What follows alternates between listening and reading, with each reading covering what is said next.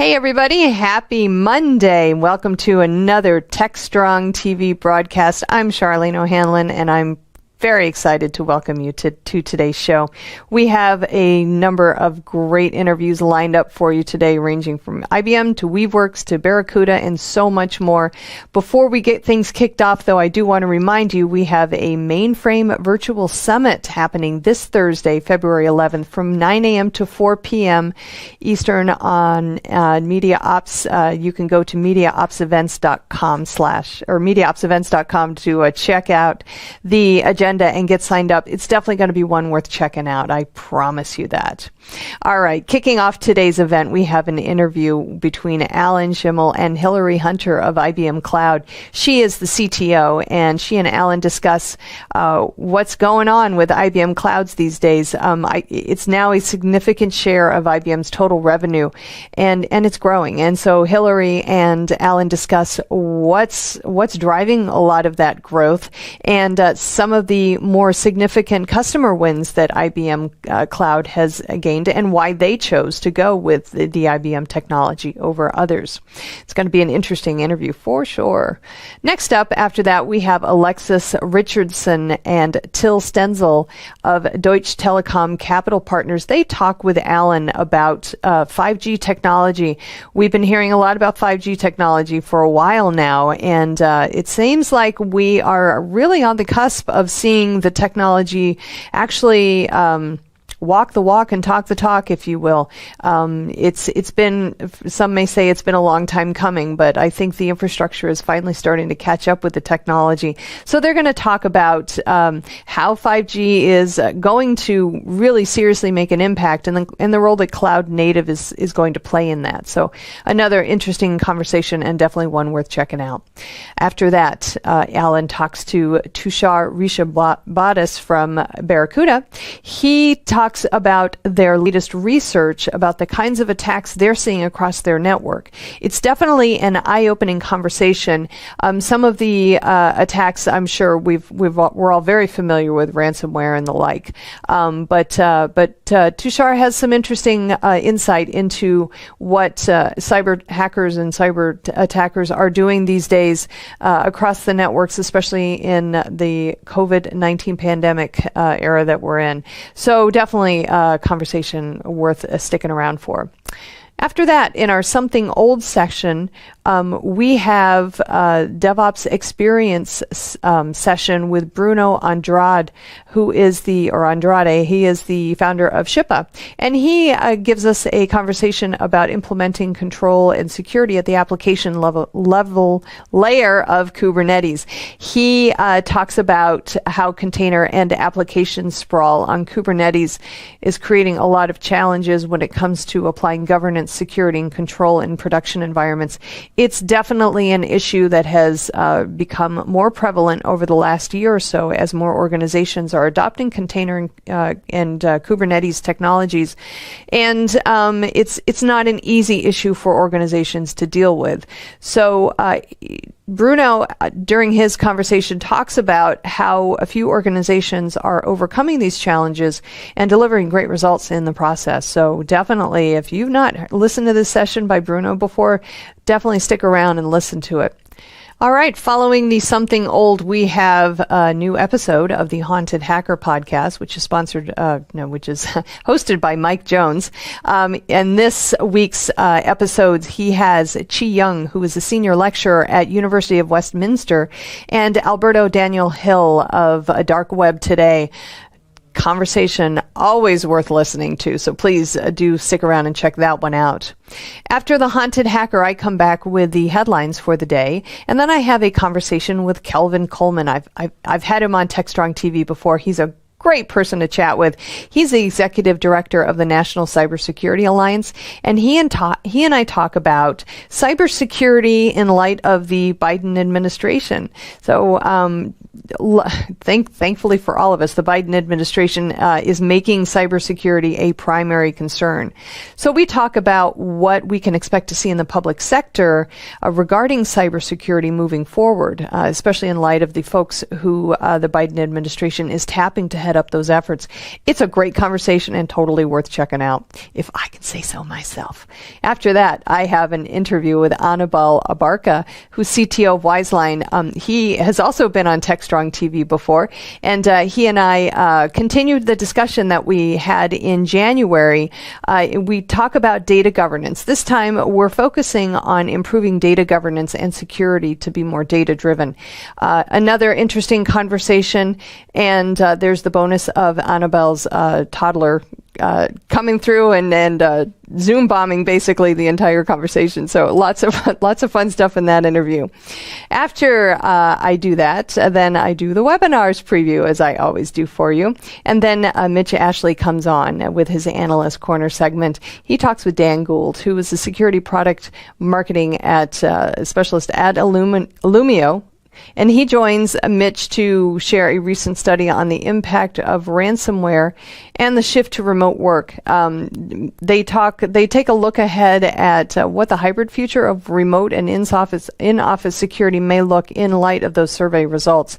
This is a topic that a lot of organizations are kind of grappling with these days. How they're going to secure their workers, whether they're in the office, working from home, or shuttling in between.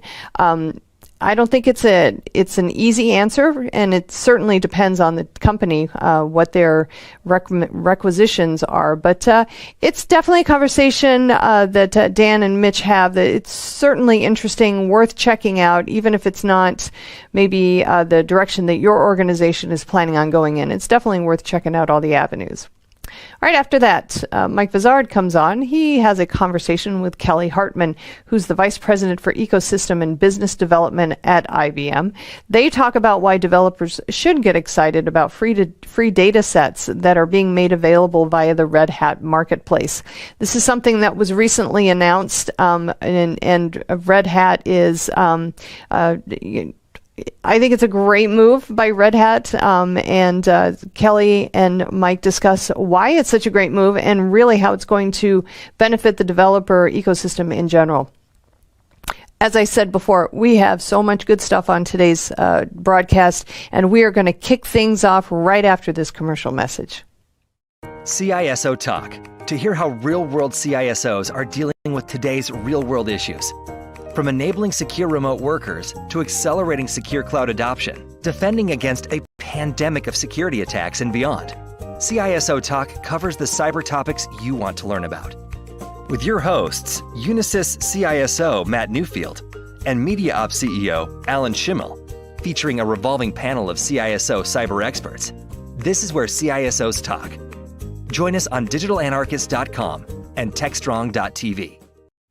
All right, welcome back, everybody. First up, we have a conversation between Alan and Hillary Hunter, who is the CTO of IBM Cloud. They're talking about some recent customer wins that IBM Cloud has had and why they chose IBM, and the growing significance of IBM Cloud as a total share of IBM's total revenue. So let's give this one a listen. This is Digital Anarchist. Hey everyone, thanks for joining us on another episode here of TechStrong TV. My guest this episode is Hillary Hunter from IBM and the IBM Cloud. Hillary, welcome to TechStrong TV. Thank you. It's great to be here to talk to you today. It's actually our pleasure to have you in, and I know you're actually recording this while you're the victim of a blizzard up in the Northeast there. So thank you for joining us. It beats shoveling snow. But hope you're all safe and well up there. So Hillary, I think a lot of people over the last, let's say 8-9 years, every quarter, first it was Ginny and now the new CEO would get up at the quarterly thing and say, cloud is really an important part of our future. Cloud is strategic to the IBM revenue stream, to the IBM vision, to the world. And everything we do, there's a cloud element to it, right?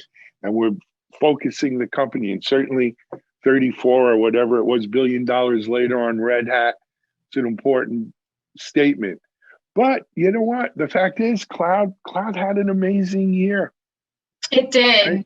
It did, absolutely. I mean, I think, the proof is in the pudding, right? I mean, our fourth quarter earnings showed that our cloud revenue topped $25 billion, which was up 20% from the previous year. And, that's now over a third of IBM total revenue. So that's really those pieces that they've been talking about really coming together. And I think what we're doing with regard to our industry clouds and stuff, which we can talk more about, is really about all of the pieces of IBM coming together to facilitate, the future of IT, which is delivered to clients in a cloud way. And that's really about IBM services and regulatory expertise and systems technologies and everything all coming to bear in that environment known as cloud. And I think it's exciting. Absolutely. Before we get too far out of the way, I apologize. I didn't give you a chance to kind of introduce yourself, though, other than your name. Why don't we back it up a second, start there. So, Hillary, what exactly do you do with IBM? Sure, thanks. Yeah, so I am our Chief Technology Officer for IBM Cloud. I'm also an IBM Fellow. And so with that hat on, I get to spend a lot of time kind of as a trusted advisor to our clients in their cloud journey end to end. So I got to work on the acquisition of Red Hat and now work full-time within our cloud business, especially on our industry-specific clouds. Absolutely. You know what else I did an interview, it might have been 2 weeks ago, maybe more, around these cloud packs that IBM is putting out. I love that idea, right? Like prepackage everything you need, right? No pun intended, but just add water, right? And you have a cloud. I love, and the idea that it's IBM software, it's partner software, it's really best of breed, everything a company needs, to start it up. I mean, you talked about a lot of the talk around cloud, and I think in the cloud packs, we're really living, our understanding of what clients need, which is not just IBM software, but compatibility with others, interoperability on a platform that has a massive ecosystem.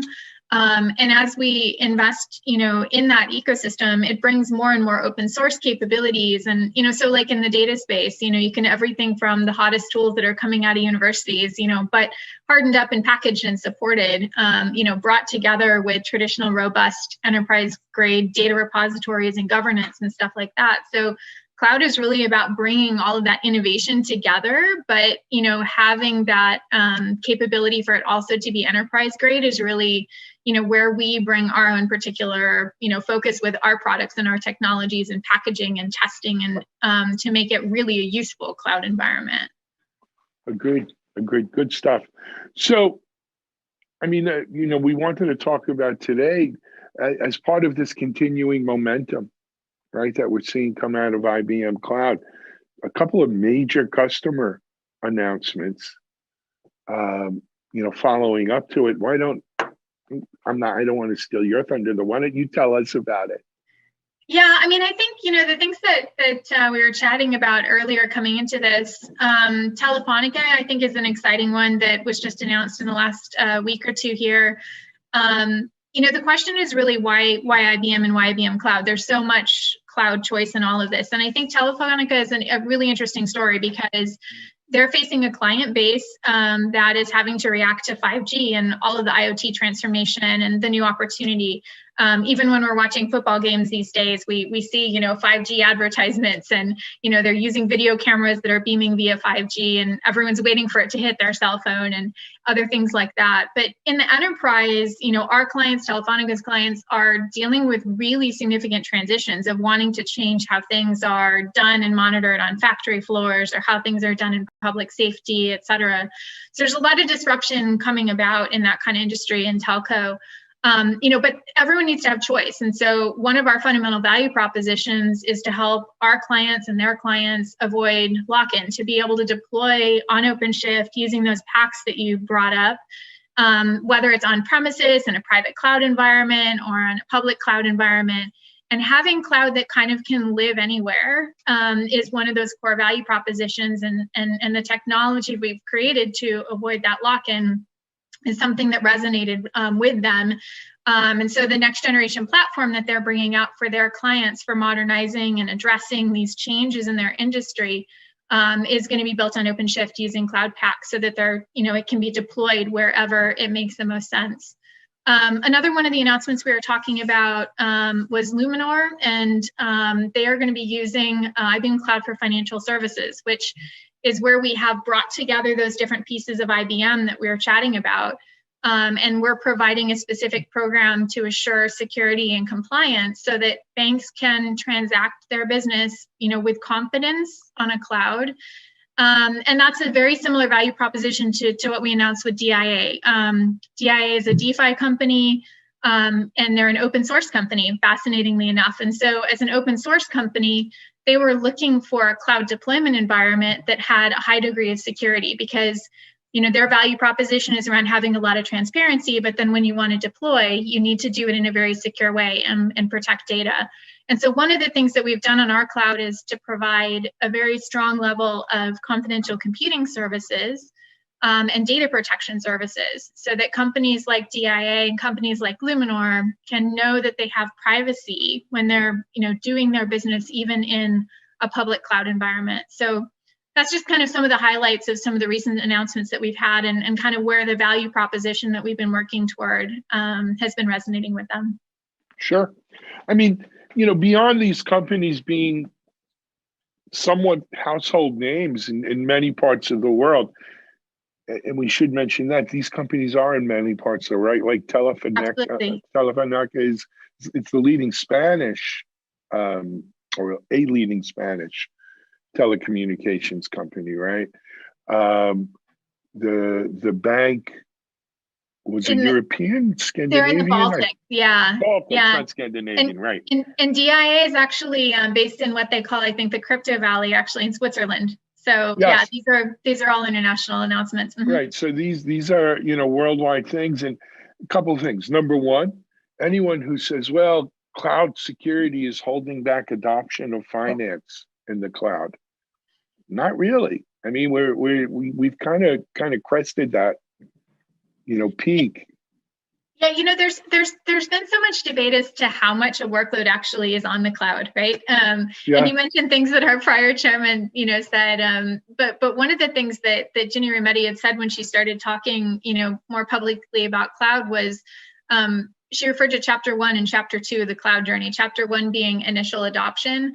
And that we really need to embark on Chapter 2, which requires industry-specific focus, because Chapter 1 didn't yield a lot of movement to the cloud. I mean, depending on which analyst you talk to, and I'm sure you've got your views as well, it's anywhere between 4% and 20%, but no more than that actually moved to the cloud.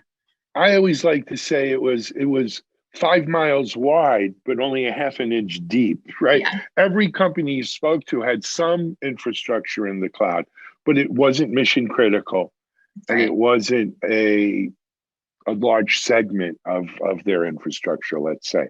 But I think that's starting to change. I think 2020, COVID, everything we've been through has accelerated that move, and people are more willing to give it a try, right? More apt to say, hey, the time has come.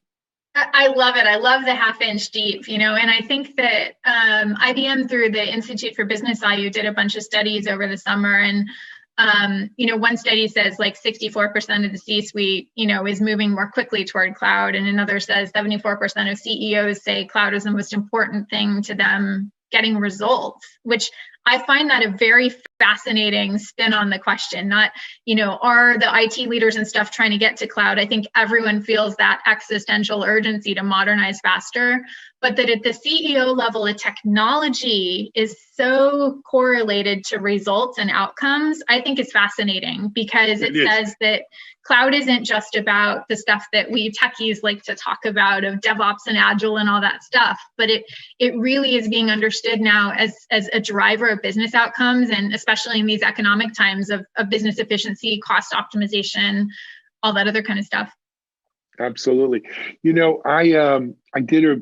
a virtual event last month called Predict, and I did a session actually, and I came across this study from McKinsey and Company. Fantastic study that really hit on this. And so here's the thing. The word's digitization. when you speak to CEOs and C-level folks, they're realizing that in order to compete in today and tomorrow's world, especially in light of COVID, they needed to go digital. But really, when you dug in under that half inch, digital was code for cloud, right? Yep. Because in order to go digital, you had to put your assets up there. You had to have the interface with the customer. You had to have that transactional business up there. Not to say people turned their mainframes off, right? IBM Z is still dollar for dollar, penny for penny, an amazing system, integrating with them. But that digitization, the other thing in this McKinsey study was, look, I'm old, right? And when I was coming up, IT was viewed as a cost center by too many C-level folks, right? Oh, we're always buying shiny new trinkets. We always want the greatest new machine and the greatest new software. And it was a cost center. Well, that's changed. And I think that's a fundamental thing, right? C-level folks are saying, this is an enabler of our business. This is a profit generator, not a cost center. Yeah, I think that's exactly the way that I'm experiencing things, with our clients that are making this transition. And I think that there's several really interesting factors emerging in those dynamics as well, where IT isn't just a cost center, but is an enabler of a remote workforce, an enabler of quickly standing up completely new business function, right? I mean, we've worked with companies during COVID that have had to create entire new functions even for their country, in 3 weeks, that unheard of and impossible without cloud. And then, how can IT facilitate that actual digital transformation, which means, engaging with clients in new ways. And frankly, now it also means like putting cloud into more places, right? And so having that value proposition of hybrid cloud, of distributed cloud, of being able to make cloud come alive, be it in a retail outlet or a factory floor, or in a consistent way between public and private cloud. Cloud is no longer just a decision about, okay, I'm going to pick one data center somewhere and use that guy's, features and functions. It needs to be this fabric that drives that overall, modernization of the enterprise. And I think that's the really exciting transformation that's happening. I agree 100%. So I guess the question now, though, is, all right, look, great momentum, great results financially, which is, it is the bottom line. Where do we go from here? How do you see the rest of the, who has a crystal ball, but where does this play out? How do we keep that momentum, growing? Yeah, it's interesting. I was to kind of the sort of question about, cloud and how central it is to businesses and their transformation. I had an opportunity to speak through some CIO forums in a couple of different cities recently. And it was very interesting because they were talking about now how there's so much more shift into conversations around data protection and security. I think everyone's, very much looking at what's happening in different countries, but even here in the US, there's a tremendous amount of focus that if we're moving more quickly toward this new IT structure, what are the things that we need to ensure that we have really nailed down? And I think these recent announcements, are indicative of a general trend we're seeing, which is that in the what now, there's both the distribution of cloud into many different environments. So I think 2021 is very much a year for distributed cloud, making cloud really come alive in different locations. And we have our IBM Cloud Satellite for that space. And I think you've chatted with us in the past a little about that as well. But, I think that's one topic, getting consistency across multiple different cloud operating environments. But I think the second thing that's really emerging is the security and data privacy, and ultimately, what the industry calls confidential computing. We've been on that journey with a lot of clients in that space and have had many prior announcements, throughout 2019 into 2020. But what Luminar is doing, what DIA is doing, these are indicative of what we're starting to now see as a global conversation around being able to run in a cloud, benefit from the elasticity, benefit from the scale, benefit from the economics, but do so in a way where there's complete privacy and authority over workload and code and data when running on the cloud.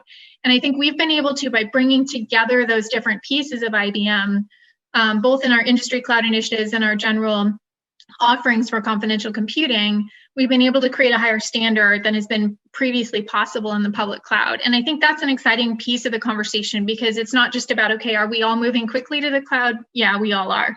But can we really do that with confidence and trust, even for, as you said, mission critical workloads, sensitive data, confidential data? Can we also trust the cloud to do those things too? And the answer now is yes. And so I think that's a really exciting transition. I think that's where we're going, is to really crack into that remaining 80%, 94%, 96%, whatever that number is. Digging down below that half inch really requires having a very solid story around data protection and confidential computing. Yep. I mean, so that is an area that I'm looking forward to seeing the numbers as the year moves on, because I think we do go much deeper than a half inch. I'm not saying a majority of infrastructure is going to be on the cloud by the end of the year. Something that's going to take years and years and years. A journey. But I do think we're going to see more and more and more of it. And because I think you hit some of the key points that unlock it: security, privacy, reliability, scalability, and, as I mentioned, the ability to interact with those things that aren't going to move to the cloud, right? That integration point, those integration Absolutely. points are key to this. Well, and I think in kind of that conversation about all the places that cloud is, there's an important difference in the way that you'll hear IBM talk about hybrid cloud versus how some others define it. And that is, we say that hybrid cloud means spanning all the way from the traditional enterprise IT into private cloud, including public clouds and edge. And it spans from traditional enterprise IT into private cloud to public clouds and edge is, I think, material, because this is about also, OpenShift and Kubernetes environments running on the Yes. and cloud packs on the mainframe and on power servers and other things like that. So the data sources and bringing all of that in a harmonious way into what you do with the rest of your computing environment is an integral and complete part of the conversation. And it's not just about, only public cloud and where things are going there. So you use the E word, edge, and it, it's so funny. Again, I've been in IT a long time, and that's what IT is about. Before we even perfect and finish the migration to the cloud, we're already, what comes next? Oh, we're going to move to the edge, right? So now we'll have edge computing resources, cloud computing resources, data center or private cloud or whatever you want to call it, computing resources. We don't have time to jump into edge and IBM's cloud views towards edge. But I'm going to invite you, if you don't mind, Holly, come back. Oh, excuse me, Holly.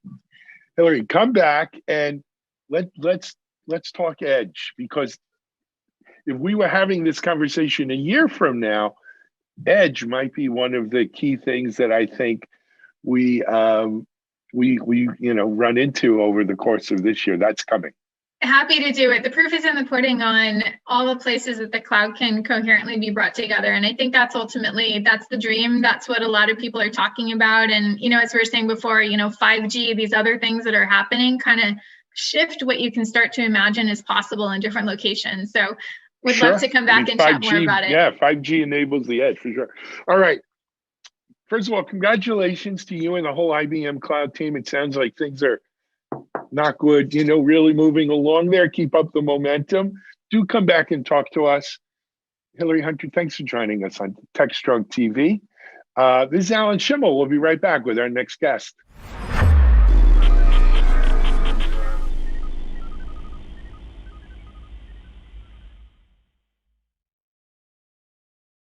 SecurityBoulevard.com is the leading resource for news, analysis, and education on challenges facing the cybersecurity industry. SecurityBoulevard.com covers all aspects of cybersecurity, including data security, DevSecOps, cloud security, application security, network security, security threats, and more. SecurityBoulevard.com has the largest selection of security content, featuring breaking news, blog posts, podcasts, and more. Visit www.securityboulevard.com to learn more. SecurityBoulevard.com, home of Security Bloggers Network. Hey, welcome back. Next up, we have an interview with Alan Schimmel and Weaveworks CEO Alexis Richardson and Deutsche Telekom Capital Partners Dr. Till Stenzel. They discuss how 5G is going to change the world and the vital role that cloud native will play in that. So let's give it a listen. This is Digital Anarchist. Hey everyone, this is Alan Schimmel. Here's another segment for TechStrong TV. I have two great guests for this segment on TechStrong TV. First of all, let me introduce you to Till Stenzel. Till is with Deutsche Telekom Capital Investors. If I got that wrong, Till, correct me. It's Deutsche Telekom Capital Partners, but it's just fine for this one. Fantastic. Appreciate it. And joining Till and I is Alexis Richardson. Alexis is the CEO at Weaveworks, one of the companies that we feature a lot here on, whether it be Container Journal, DevOps.com, TechStrong TV, etc. Really, the people who kind of coined the term GitOps. But Alexis, I don't want to talk about you should tell the Weaveworks story, not me. So Alexis, why don't you give us a little Weaveworks background? Hi, Alan. It's great to be here again. Thank you. It's true that we coined the term GitOps, which is an evolution of DevOps. It's really DevOps for cloud native, and it's what we're going to need to manage infrastructure in the new era of 5G, which involves very, very large numbers of telecommunications devices and things that are attached, maybe cars, trains, automobiles, like in the movie, all joining up in one big fabric. And with GitOps, what we can do is we can provide remote management and security, which are very powerful in this new world. It was developed at Weaveworks because we were one of the first companies to operate Kubernetes ourselves in a stack running our own applications. And we had to figure all of that out from scratch. And GitOps is really all the best practices that we learned from doing that ourselves. And now we offer it as products and services to customers. Company's been here for 6 years and recently got a new round of investment from Till Stenzel's team at DTCP and some other investors, including Orange Ventures and Amazon. Fantastic. Till, I always like to ask when we're lucky enough to have investors on, along with the company, the portfolio company they've invested in, what for you was the unlock the lock, if you will, that said, sure, this is a company we want to invest in? I mean, look, you know, in the venture world, you look at the market, you want to have a large addressable market, you want to have distinguished and really well-established technology, and you look at the team. I mean, you have Alexis here, fantastic guy, built a fantastic team, great track record. I mean, everything you can wish for as an investor, you've got in the Weaveworks team. But I think also Weaveworks is really addressing the next frontier in telco cloud implementation, right? I mean, we've all heard about software-defined networks. That's been around for many, many years. Everyone has figured out now that we need to become more softwareized, more virtualized in our networking environments. Now telcos are starting to really do it. And the next frontier for telcos now is, how do you actually operate these systems? How do you actually get the value out of these systems, out of the automation that you want to achieve, etc.? And that's where Weaveworks fits in. And that was really, let's say, the last piece when we really saw the momentum behind us now, how this opens up. It was for us a clear-cut case. Absolutely. You know, gentlemen, we were talking off camera around what may not be an obvious nexus, that an enabler of 5G technology adoption and usage, cloud native, right? How is cloud native GitOps enabling greater adoption of 5G, better use of 5G? And as I say, it may not be obvious to a casual observer, but it's a thing. And it's a thing because I've now had multiple vendors and industry people kind of confirm it. But make that connection for me. And I don't care if Till or Alexis, whichever one of you'd like to go first, but let's talk about that connection, right? What makes it, even if it's not obvious, what makes it so important? Alexis, do you want to go first? I'm happy to give this one a try. So for me, I think we need to look back in time to understand the present. And if we look back in time, the last big change like this was in the 1990s when we saw the internet arriving, combination of new technology to network people and computers together, plus standard tools, as well as standards for writing documents like HTML pages, websites, and open source, Linux, which is one of the very important enablers of the business explosion that occurred around the web with companies like Amazon and others, Google, eBay, Yahoo. Today, what we're seeing is that we have a massive internet, which is powering a vast number of businesses and experiences, many of which are hosted on the cloud. This new automated operating platform for managing business.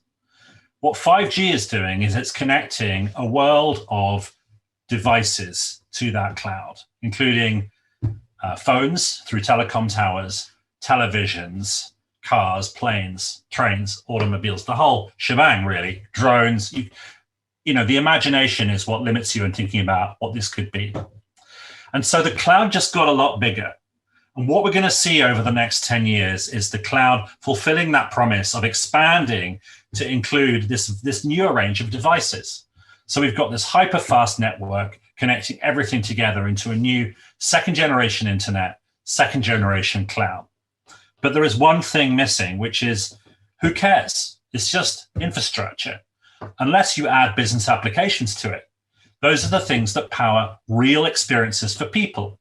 So how do we write applications in the cloud, this new cloud? And the answer is we need a thing called a container, which lets us take software, move it to wherever we want to and run it, where the user is, where the consumer experience is happening. Again, maybe in a car or a drone. So 5G enables these containers to be moved around and run wherever we want to. But we're going to have so many of them that we need to manage that. So now we need a new technology called Kubernetes. For simplicity, Kubernetes is like the Linux of this new platform. And then we need a way to deploy applications and manage those. And that's where GitOps comes in. That lets us define applications, operate them, ship them where we want to, update them. Think about it. No more people in overalls coming to update your hardware. Everything is now in software. Everything is managed remotely. Everything is secure. And it can be done wherever in the world you like, even from one place, here at my desk in London, for example. That's an incredible change powered by Kubernetes, open source, this new 5G-based larger cloud, and GitOps as well. Alexis, can I just tell you, that was the best explanation I've heard of this, and I've heard it from a lot of people now. We should just cut that out and put that on the front page of DevOps.com or Container Journal. Well, I loved it. I hope we recorded that out of the park. Okay. So I don't know what you can add or top that, but I'm going to give you a try. Go ahead. Obviously I can second everything that Alexis just said. Let me give you maybe two other perspectives on that to just put it into context from a telco. I think telcos have learned a lesson or two about failures they did in the past. And one of them was that you had every telco get their own tailor-made, made for measure type of system, operating environment, et cetera, which obviously was not scalable and super expensive to run and maintain and to upgrade. And so I think really the message has been driven home that this can't go on in the 5G world, because as Alexis was pointing out, the scale of the change now, the speed of it is so massive that we needed a step change here.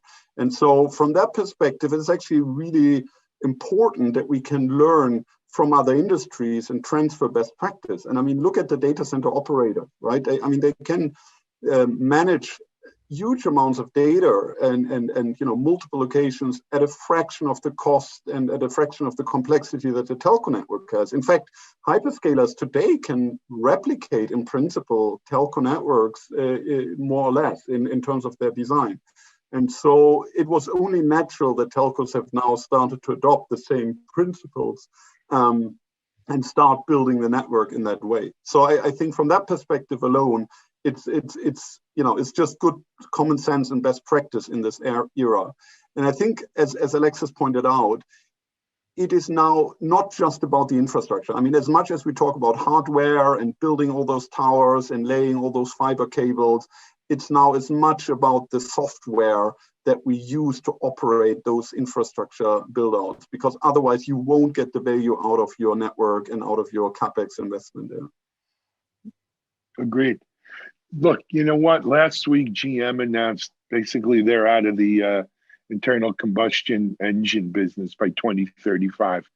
I know, I think it's UK wants to be done with petrol or gas-powered vehicles by a same kind of time frame, maybe 5 years later or something.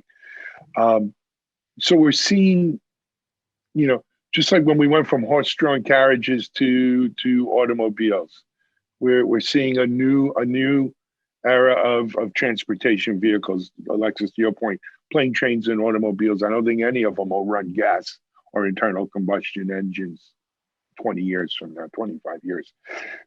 So big revolution there. This 5G revolution changes the telecommunications world as we know it, right? And perhaps one of the biggest things is, I think Alexis hit it, is that we're not just connecting people and or computers, we're connecting everything. I think you use the term limited by your own imagination. Think about what we can connect and how we can connect it and the depth of data, transference. I mean, it's almost scary. It's such a brave new world. Right. I think the industry comparison you make is really interesting, actually, because what you see in the automotive industry as well is a huge amount of skills become obsolete, right? I mean, the combustion engine and the electrical drive is really two different things. And I think that's a good analogy here as well, because telcos need whole new levels of capabilities. I mean, the whole DevOps principles, GitOps principles, software skills in general, it's not something that telcos have built up en masse. That's a whole new frontier again that telcos are just starting to build out now, and that will drive enormous change and transformation of these organizations. I agreed. So, Alexis, I guess my question for you though is, well, there's a third piece I didn't mention, and that is that yes, we're going to need, as Till you mentioned, we're going to need new infrastructure, right? We need to get away from gas pumping station to electric charging.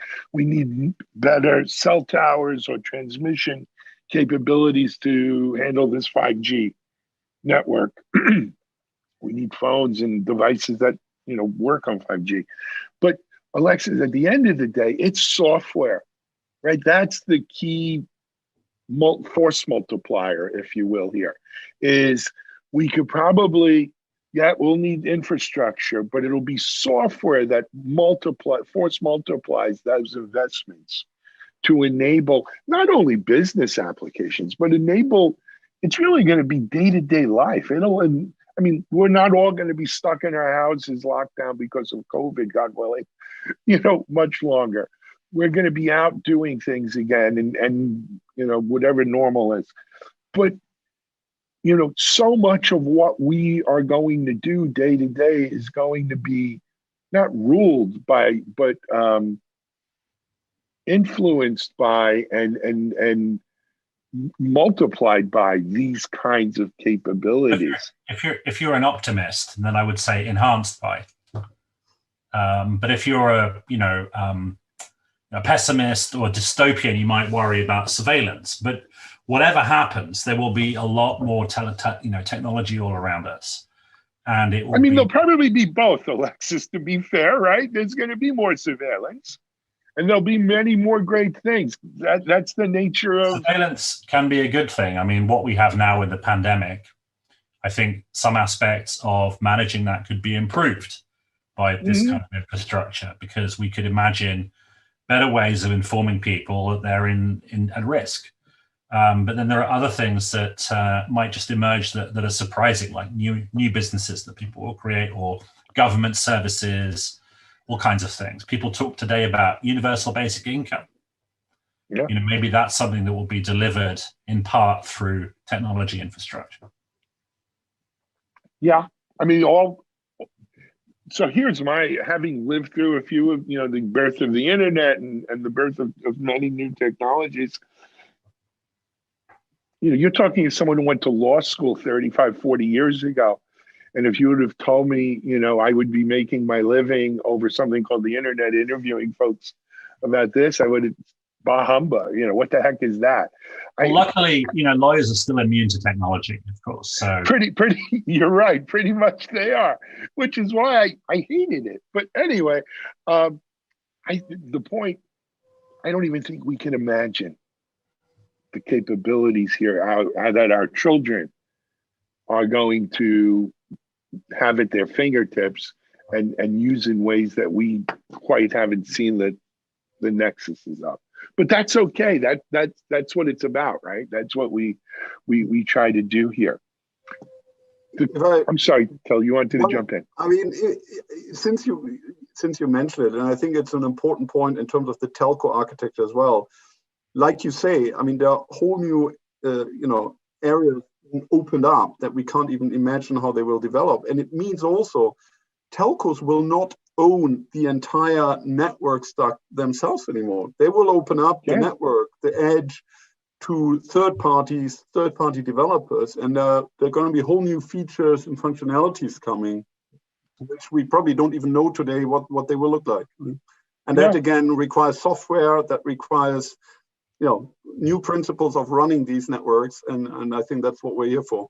Well, hopefully, a lot of that new stuff will be done for you. So if you're a developer writing an application, working for a business, maybe, or a government or something, you won't necessarily need to see all the details of this exciting new infrastructure that's making all this possible. With any luck, you should just be able to think in terms of your users and making them happy. Whether you're writing a game or e-commerce app or something else, you should be able to just think about that. And the rest is done for you as part of the platform. And that is certainly something that this new era will see, which will mean that many more people can create software experiences and digital experiences online. The problem with all these new eras and all this stuff, though, is first of all, in technology, we're always looking way ahead instead of what's right in front of our face sometimes. And so it's not like, when the dinosaurs disappeared and you look at the Permian layer, when they look at rock formations, you could see that what was laid down from the meteorite and everything, it's that event kind of horizon thing. Alexis, you knocked the last one out of the park, so I'm going to ask you again. What do you think is what's the telltale sign here? Right? When can we look at something and say, yep, we're here, or this is it? I mean, we realize we're at the dawn of this, but when does it get real, or is it real now? I mean, it's funny you should mention dinosaurs. Obviously, IBM is still with us. I mean, technology change happens both fast and slowly. I think that we're going back to the 1990s and the rise of the internet. I remember in 1999, everybody was publishing .com magazines and VCs were throwing money into dog food online and all of this stuff. Now, if you look back to then, the number of people online was tiny. And it's impossible now to look back and even think about how you could possibly make a business or any meaningful service on those kinds of numbers. And they just grew exponentially and exponentially. And by about 2010, we had broadband, we had the iPhone, all of these things. And suddenly, we're in this new world of a cloud, Amazon, Facebook, Google, eBay world. So I think, to try to answer your question, what we're looking for is actually the iPhone moment. That's when, for a normal person, everything suddenly makes sense.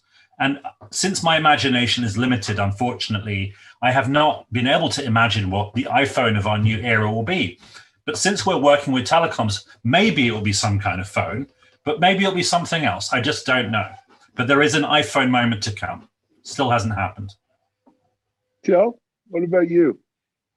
Well, I think we're definitely at the early stages here. And I mean, to some extent, an iPhone moment at Deutsche Telekom for me would be the day that Alexis and his team might no longer be needed so much at Deutsche Telekom, right? That, at the moment, it's really, we're laying the groundwork here. We're really, it's really early days, but, hopefully these skill sets will become broader. There'll be more people applying them at DT. Obviously, we'll happily use our software licenses from Weaveworks, but it's really a process of building up this whole new team and skill sets within Deutsche Telekom so that we can eventually really run these things internally on our own. Good stuff. Very important. Guys, we're about out of time, but Alexis, people who want to, maybe they don't know about Weaveworks, so they want to get more information. They want to find out more about how to use, Weaveworks with 5G and stuff like that. Where can we get more information? So you're very welcome to email me personally. My email is alexis@weave.works. We also have a website, like everybody else, which is weave.works, and it's full of great information. But I'm happy to talk to anyone who gets in touch. Fantastic. Thank you so much. And thanks to the whole Weaveworks team, whether it's Cornelia or any of the folks at Weaveworks. You guys are always available. And whether it's speaking at our events or coming here on TechStrong TV, we appreciate it. And keep up the great work, man. Thank you very much. Doing good stuff. So it was a good investment for what it's worth from me. Anyway, gentlemen, thanks for being here with us on TechStrong TV. This is Alan Schimmel. We're going to take a break now, and we'll be right back with our next guest.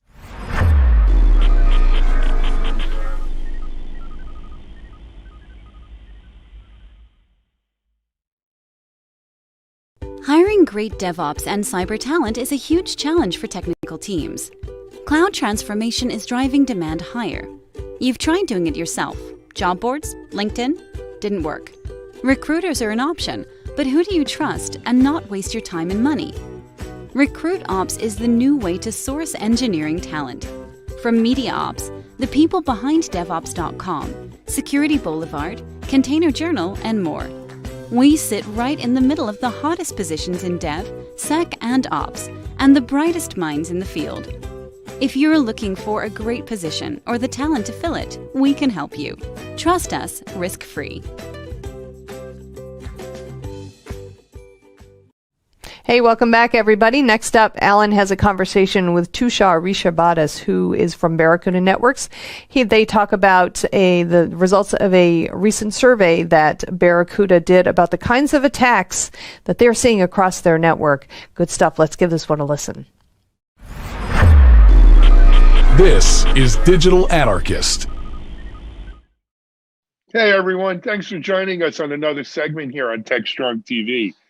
Our guest for this segment is Tushar Rishabhadis from Barracuda. Barracuda Networks, as I always called them, but most people just say Barracuda now. Hey, Tushar, welcome to TechStrong TV. Thank you for having me on, Alan. Absolutely. Thank you for being our guest. Tushar, I believe this is your first time on TechStrong. Yep. Certainly not the first time we've had people from Barracuda around. We cover them pretty regularly. But why don't we start? Give the folks a little bit of your background, your position at Barracuda. Mm-hmm. Sure. I've been in networking and cybersecurity for about 16 years now, and at Barracuda for almost 6 years now.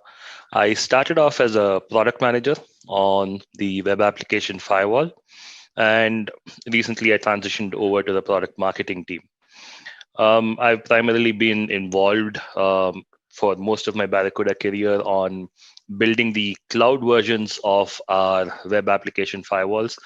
And now I do the product marketing for the entire platform.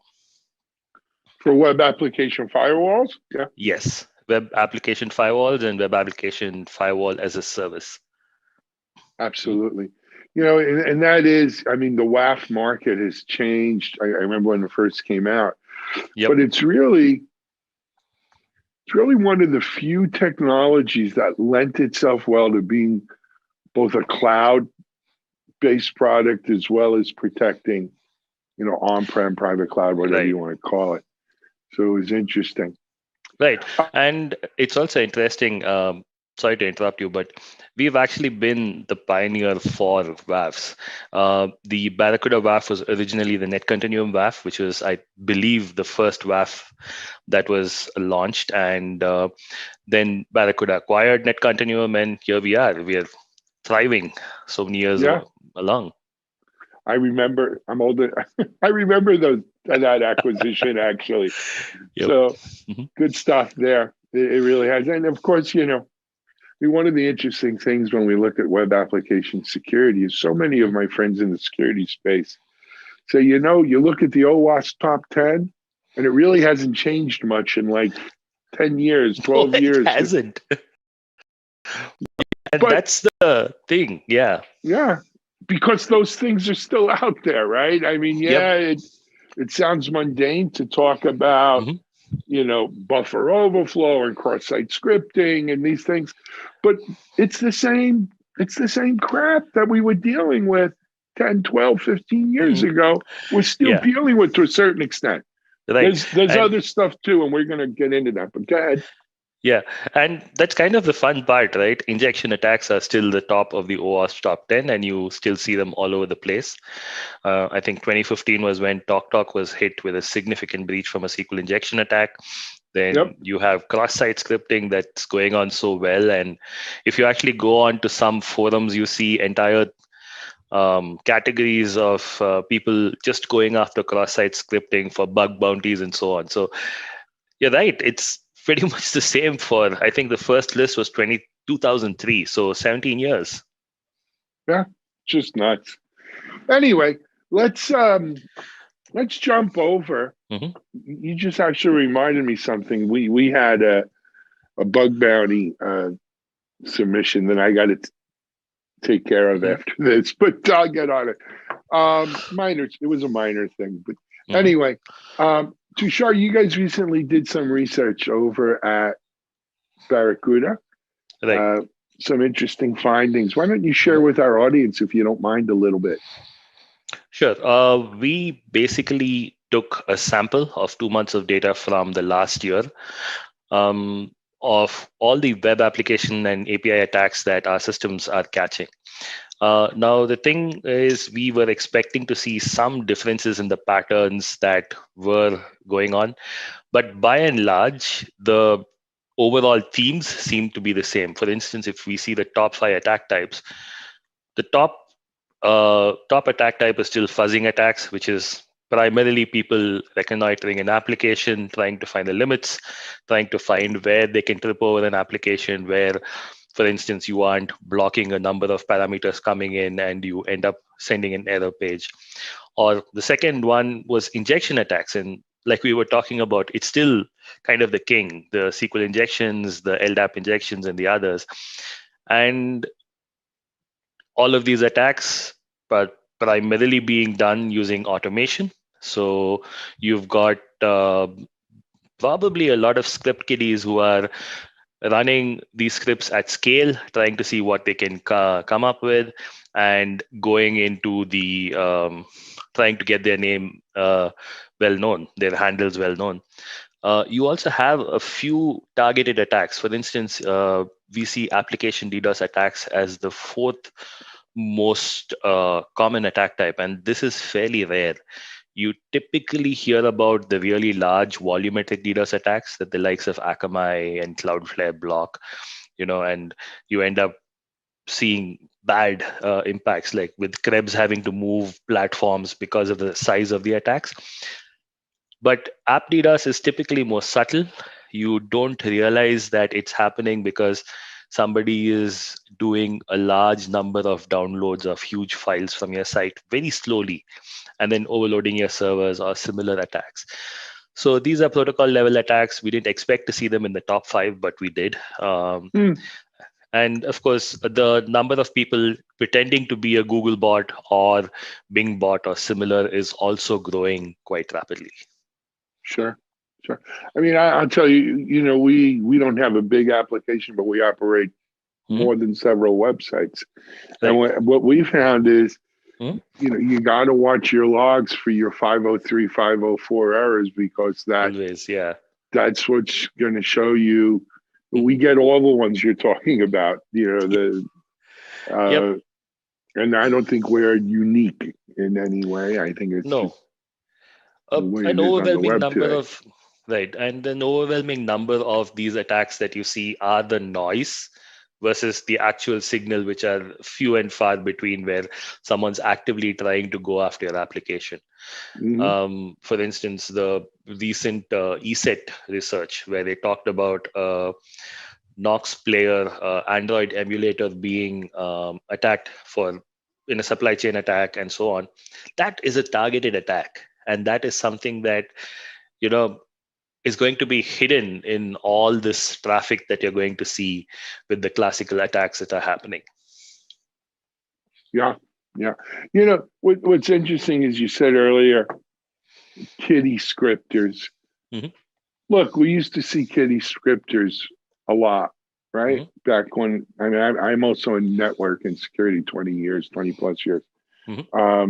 We used to see these kiddie scripters, but there are a lot of people sort of masquerading as kiddie scripters today who have ulterior motives, whether it be financial gain or hacktivism or nation state. Usually the nation state people are a little bit more sophisticated, obviously.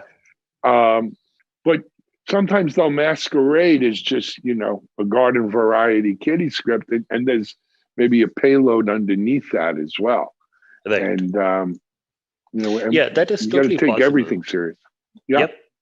You have to take things seriously. You have to have some kind of protection in place in front of your web application, because bugs happen.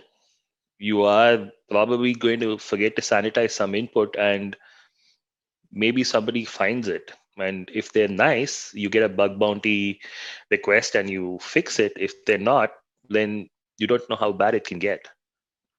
Sure, I agree. Let's focus in more on some of the research and study. How did you gather all this information? So we have a number of sources in the field, including our own honeypots, and we also have our WAF as a service, which protects a large number of our websites and our customers' websites. We took a sampling of data from these various sources for a period of 2 months from the last year, and these are the kind of attacks that were coming out of it. Got it. Beyond the garden variety, of course, what was some of the other kind of unique stuff that you think the audience should know about? So in terms of unique, we were originally seeing, beyond the usual, yes. We were seeing that the request smuggling type of attacks had mostly been banished to the RFPs. You didn't see them very often, but you would be asked in an RFP that does your WAF protect against it. But I think last year or late the year before, Portswigger, the makers of Burp Suite, they had put out the new types of desync attacks that were happening on applications. And interestingly, we did see a small portion of the attacks and trending slightly higher in our sample, that these specific types of desync attacks were increasing. So, and primarily around having multiple content length headers, malformed content length headers, and so on. These are kind of, again, every time, or rather, let me go back and rephrase this. Earlier, you used to have people who were trying to break the application to find the problem and go in. Now you have people who wait for the research and then exploit it. right? So if you release, for instance, WordPress a couple of years ago, they released updates without telling you what it was because their API had a vulnerability and they didn't want it to be exploited before everyone was patched. So we're seeing a lot of this. You release a struts vulnerability and you immediately see an uptick in the attacks, and everyone starts talking about how these attacks are suddenly happening and it's becoming a problem. So that is one thing that we saw with desync attacks. And more interestingly, not particularly around attack types, but in terms of the protocol usage that we see happening. We see a lot of TLS 1.3 usage. In fact, nearly 92% of our traffic is HTTPS, and the majority of that traffic is TLS 1.3. It was surprising to me to see that TLS 1.0 and 1.1 were accounting for less than 1% of our sample. And that's a good thing. It is a really good thing. And I think the fact that you have browser vendors like Chrome and Firefox pushing automatic updates so religiously and fixing issues more than anything else, you kind of are happy that people are being secure in the transport layer and they're having the better protocols working. It was also interesting to see that the top 5 or top 4 browsers, we saw Chrome, which kind of is a no-brainer as the top browser. Number 2 was Safari, which is interesting. Number 3 was Edge. So we kind of realized that a large portion of our sample is corporate traffic because you have Windows systems that are tied to Edge and they're using it. It's a little upsetting to me, but I see that Firefox was the 4th and kind of a smaller percentage of the traffic. And yeah, I have read that Firefox usage is going down and, seeing all those threads on why it is happening. It still kind of is surprising that, Firefox is going down and, after all the work that Mozilla does for the internet. Absolutely. Well, look, the new Edge, of course, is based on Chromium, right? Yep. So it's kind of, I will tell you and in the fact that it's the same old story. It comes bundled with Windows, basically. Yeah. Right. So you're going to get people who use their default browser. Right. Chrome is Chrome, and same thing with Safari for that matter. And Chrome has been Chrome. Yeah, Firefox has a tough time. I'm still, we put on a lot of webinars here and stuff, and all of these webinar software work differently in the different browsers.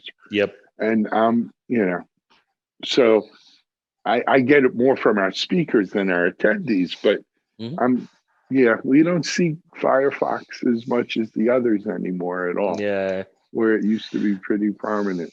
Yeah. But it's funny. I interviewed Tom Jermolak about a couple of weeks ago. Now, him and Jim Clark were 2 of the founders at Netscape, and we had a chance to talk about, because the Mozilla browser almost the heritage is almost from Netscape, Netscape. And we had a chance to talk about TLS and the other versions and stuff.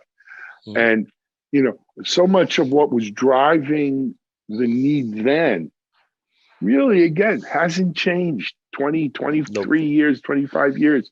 It hasn't changed. What was important then is important now. Some things we've made good progress on. Some things not so much. Not so much. Yeah. Yes. But it keeps us busy and it keeps us in a job, right? So there is that, right? It's security. Yeah. I think my thing with Firefox is more nostalgia, because I remember when it first came out, first browser that I used with tabs, and it felt modern. And I remember it well. That Fox was a great logo. Yeah. And I don't know how much you remember, Windows Snyder worked with Mozilla. She was really responsible for a lot of their security innovation early on in Firefox, and it was it rocked. I mean, it was so much. We could reminisce all day. You know what, Tushar? We should tell people though, if they want to get more information on this research and the findings, where can they go? They can go to our blog.barracuda.com, and threat spotlights are all there. We, of course, Barracuda does provides a lot of security around email, web, network, and so much more. So we run threat spotlights on pretty much every type of attack that we protect against. And we have a lot of our research published on our blog. Absolutely. Well, hey man, keep up the great work over there. Do what you can to keep us all safe. I appreciate you coming on TechStrong TV with us today. Though, say hello to everyone at Barracuda. I'll do that. Thank you for having us on. My pleasure. Tushar Rishabadis, if I mispronounce, I apologize. But Tushar, thanks for being here. This is Alan Schimmel. We're going to take a quick break, and then we'll be back with another guest here on TechStrong TV.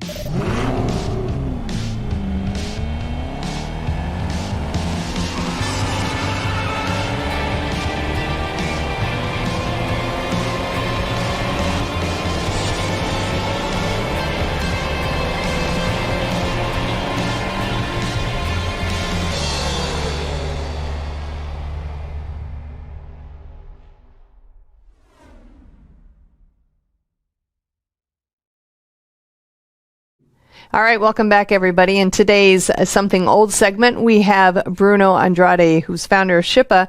At his recent discussion at DevOps Experience, he talks about implementing control and security at the application layer on Kubernetes. It's an ongoing problem with a lot of organizations, and he's got some great solutions. So let's give this one a listen.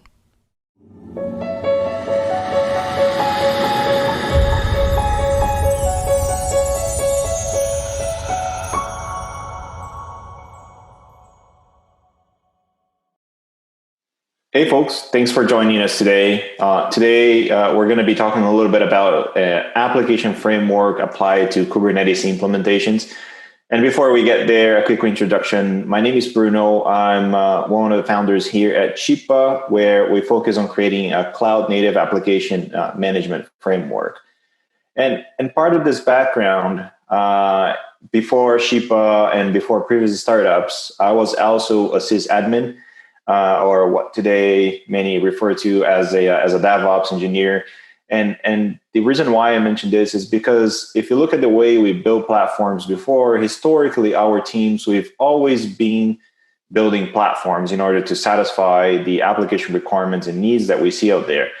And if we look back at the time of I won't even go too further back, but maybe if we go back to the data center time with our virtual machines, at that time, our development team, they came back to us saying, we need to deploy our virtual machines faster. We need to get packages pre-installed in those virtual machines. So we, the development team, we can actually get the applications running faster.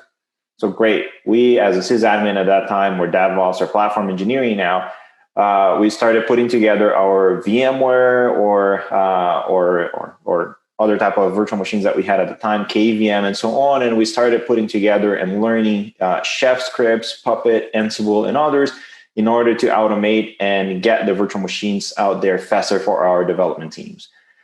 And when we thought that was great, we reached a great momentum, and now we have a pretty stable environment. Our development team, they would come back to us and say, this is not fast enough. There is something called cloud computing, and we really need to get into that. So, and we need to get into that because we need to have our applications released faster. Great. So here we are. We drop a lot of what was created before, And we as a platform engineering team, or a sysadmin at the time, we start learning now Terraform, we start learning the cloud APIs, we start building automation around that. And again, it takes us time, it takes us effort, through blood, sweat, and tears. We get something out there. Our users seem to be happy, applications are being deployed, but now they come back to us again and say, hey, now there is something called Docker, there is something called Kubernetes, and we need to get on that bandwagon now. And just like before, and just like historically, we drop everything that we've done and we start building again. And now we start building the world of Kubernetes and microservices and Docker containers and so on. But we quickly noticed that this is not like we've used to do before. And the reason why I say that is because it's not just getting Kubernetes installed and maybe a few Terraform scripts and we're done like before. Now, we quickly noticed that Kubernetes is just a framework for us. It's kind of a middleware for our infrastructure. But for our applications to be properly launched, we start now having to install and configuring Istio for your service mesh, which is definitely something not easy to do. We have to get Prometheus for monitoring. We have to connect our CI platforms or CD platforms, their security policies and others. So we're now faced with this myriad of other components that we have to configure now. So it's definitely a different scenario that we're facing right now. And many of us, we've looked at platform as a service type of approach, which is great. We saw some platforms out there such as Heroku, OpenShift, and others, and they started giving us some frameworks, some basic frameworks around CI/CD. They come up with their own engine integrated. They come up with some multi-tenancy and an RBAC, maybe some basic routing. So this is great. This definitely points us in the right direction. But at the end of the day, what we started noticing is that they're not flexible and they start locking you down into their choices of infrastructure, choices of Kubernetes flavor. It becomes really expensive at some point and resource intensive. And at the end of the day, what they are providing for us as a platform engineering team, we recognize these functionalities here as table stakes, right? And at the end of the day, these are table stakes functionality, and even though they are pointing us in the right direction, we believe that as we start growing our infrastructure and we start expanding and our developers will start deploying really complex applications, where these technologies they fail is they lack extensibility and they lack the capability to support you and support an evolving ecosystem inside your organization. So because of that, great. We now just decide we're going to get Kubernetes. We are the keyboard warriors and we're out there. We're going to build this thing for our team. So we get Kubernetes in front of our users. We don't do it with a pass. We build it ourselves. Great. We get Kubernetes as the interface for our developers. But they quickly realize that deploying applications is not as easy as it was before, right? Microservices are great. Docker containers are great. Kubernetes is great. But they realize that with that, we're pulling them to the infrastructure layer level, where they start facing issues at scale in deploying applications because now they have to learn what an ingress controller is, what secrets are, services, replica sets, and so on. And in order to deploy a bunch of applications, they now have to learn Terraform. They have to learn Helm. So it becomes a real nightmare for them. And a lot of the problems that we're seeing out there with this approach is that development and deployment of applications, they have become more complex when it was supposed to become easier. Developers, they're spending a lot of time building Kubernetes objects, YAML files, and others, which at the end of the day, the value they deliver is not on the infrastructure object, but rather on the application. So this drags them away from the value they deliver. And we've all seen this, is that because of that, the possibility of object misconfiguration and change of state of our clusters is actually real. Developers many times, because of the requirement of them learning infrastructure, delivering objects that are not properly configured, just breaks other applications and so on in our clusters. The threat is real in that case. But it's not only that. I mean, we as a platform engineering team, we spend days or sometimes many of the organizations we talk to, they're spending between 1 all the way to 2 years actually building their own internal platform. And we put a lot of work, building monitoring, building security, building mesh, network, and others, and multiple clusters now many times. And as we give this to our user, we feel the pain as well, because as they start distributing their applications on Kubernetes, we notice that Kubernetes is very object-centric instead of application-centric. So now we as a platform engineering team, we're responsible for managing hundreds or thousands of objects distributed across our cluster that many times does not have a direct relation to the application level. So it becomes a nightmare for us as well, where enforcing policies becomes really challenging because we're now enforcing policies at an object level rather than enforcing policies at the application level. And in order to try and fix a little bit of that problem, what we're doing is we're putting more YAMLs, we're putting more scripts, more Terraforms, and hence more repositories to manage. So that just adds more complexity for us.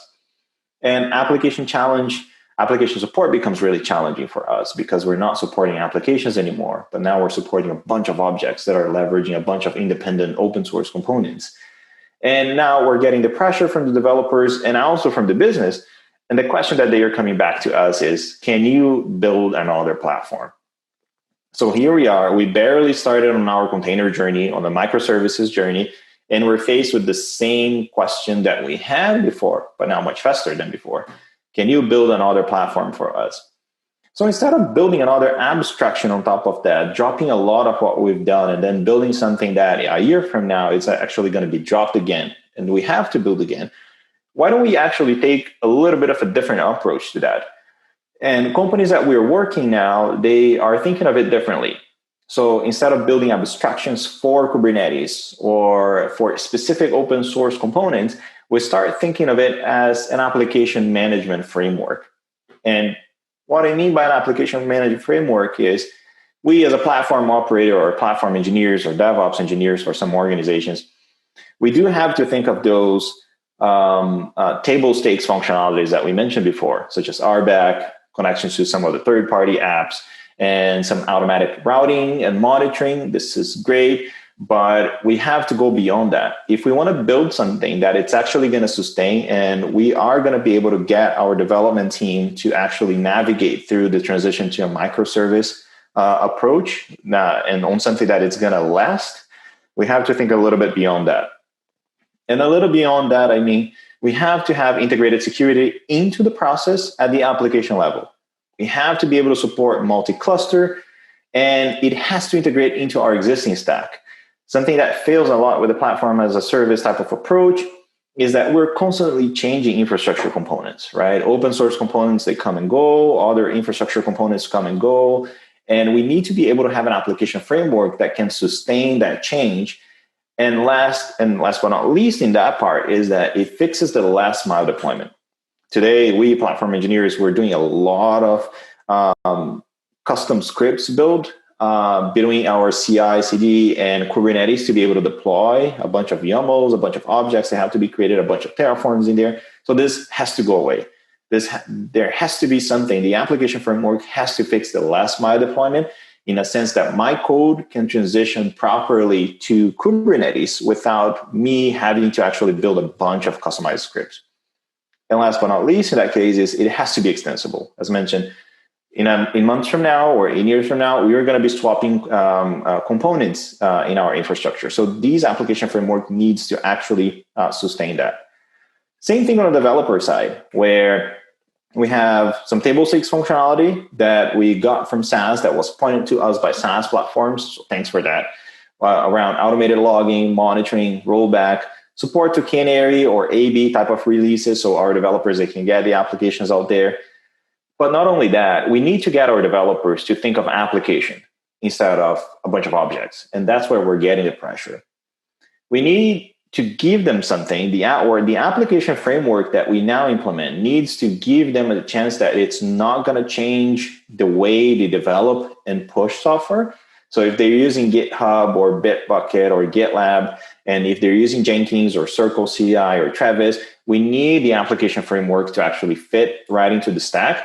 So we, as a platform engineering team, we check the box on the developer experience. Nothing changes for them in that sense. It needs to be decoupled self-service APIs. Reality is, and a lot of people, they don't like hearing that, if you are implementing Kubernetes today, the reason is probably because you're looking to replace something that you implemented yesterday. So the chances that years from now, you are going to be replacing Kubernetes is real. So it needs to have decoupled APIs in a way that allows us, platform engineering teams, to switch components underneath and keep having the same or keep giving the same experience for our developers. It needs to have embedded security, so our developers don't need to worry about it, in a way that we can control what gets pushed, what gets scanned, and how, and the vulnerabilities without the developers having to worry about it. They just know it's there, right? We need to give them better observability. With the world of microservices now, just monitoring it's not enough. They need to understand how their application is actually composed. And this is something that we hear a lot from the development teams across different organizations, as well as from even the platform engineering team, in a way that what is actually an application in Kubernetes, right? So giving them the capability of seeing the application code, how this is actually interconnected with other application or objects, the status of it, and so on, giving them proper observability, this will help them speed up the deployment of the applications. And the same thing, last but not least, it needs to be extensible. The same changes that we do, our developers, they do as well. So today they're using a specific IDE, tomorrow they're going to change to another one, or they're going to change CI tools. So we need to give an application framework that actually can cover those changes moving forward as well. So we have a lasting approach. So how do we effectively implement that application framework, and how we've seen organizations implementing that? The way we've approached this is that you build a framework. So let's say you build a framework A, and within this framework, it has nothing related to Kubernetes, other than you're just saying what provision it is. And it may be Kubernetes and managed services of Kubernetes and so on, but we are abstracted away from Kubernetes, and we as a platform engineering, what we're defining is application level rules that we want to apply to every application when deployed using this framework that we are creating. And within the framework, we can define things such as the level of security scan that we want at the code level, or at the platform, or at the operating layer level, or maybe both. If there are any vulnerabilities that we want to open exceptions to, if any, which teams can have access to deploying the framework, what type of external services applications deployed using this framework can connect to, such as MySQL, Mongo, and others. And you can go all the way down to saying, this is the network policy that should be applied. So every app deployed within using this framework should not be allowed to connect to any other app, or maybe just port 80 or port 443 is open to certain applications. So now we're defining a framework that is abstracted away from Kubernetes. Once this framework is defined, what we do is we then attach this framework to a GKE cluster or any other cluster that we may have in place. And reality is, we cannot define a single framework that is going to attend the requirements of every single application that we have on board. So we do the same. We create framework B and we create framework C, and they may have different security exceptions or security scan layers, different teams deploying to it, different network policies, and so on.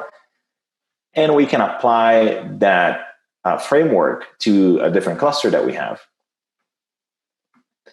And now what we have is these frameworks are now responsible for giving us not only the table stakes type of functionality that we mentioned before, but it can give us now a full application framework that we as a platform engineering team, we can now support our organization moving forward. And we can speed up the deployment and implementation of Kubernetes. Instead of spending a year or two deploying it, we can get our organization and our team to use Kubernetes now. So we can drastically speed up the deployment, and we can get our organization and teams to a very good point. And not only that, that framework, what it does is it connects to your existing stack, like mentioned before. So if we have components such as Datadog, if we have components such as Slack, Jenkins, PagerDuty, and others, this framework is now responsible for connecting our apps at the application layer level rather than objects to the external tools that we have. So we have an integrated application framework for moving forward as well. So great. We as a platform engineering, now we're changing the reality. We're bringing our infrastructure and our platform to something that can be delivered today rather than years from now, and something that we are looking at applications rather than looking at objects. And if we look at the developer side, the developer will keep using the same exact thing. The developers should be using the Git that they are using, the CI platform that they are using. But what happens is, instead of we having to build the bridge between the CI/CD and our Kubernetes, we don't need, and building a bunch of objects for be able to deliver. What changes is your developers, they don't need to build a single Kubernetes object file. They actually could care less if it's running Kubernetes or not. They don't even know, because they're concerned about only their application code. And while they don't need to actually implement any object YAML file, Kubernetes object, and so on, we as a platform engineering team, we don't need to bridge the gap between our CI/CD platform and Kubernetes with any custom scripts, Helm charts, Terraforms, and others. What we do is we connect this CI platform to the application frameworks that we defined before. And what happened is, as soon as the developer pushes the code, instead of delivering directly to the cluster and even taking the risk of misconfigured objects, changing the state of our clusters, the CI/CD actually delivers to the application framework. And the application framework now is responsible for creating, deploying the apps, running all the security scans, making sure the developers that are pushing the code, they can actually push the code, apply network policies, and apply everything all automatically. So now we are giving them an application framework that they can actually now focus on their code. So we really champion that, and we get the development team to a place where they really want to be at that point. At the end, this is an example of what is happening as some of the organizations, they start applying this type of framework to their infrastructure. The application developer, they are solely focused on deploying their application. They are using their source code repository of choice. They're using their CI/CD platform of choice.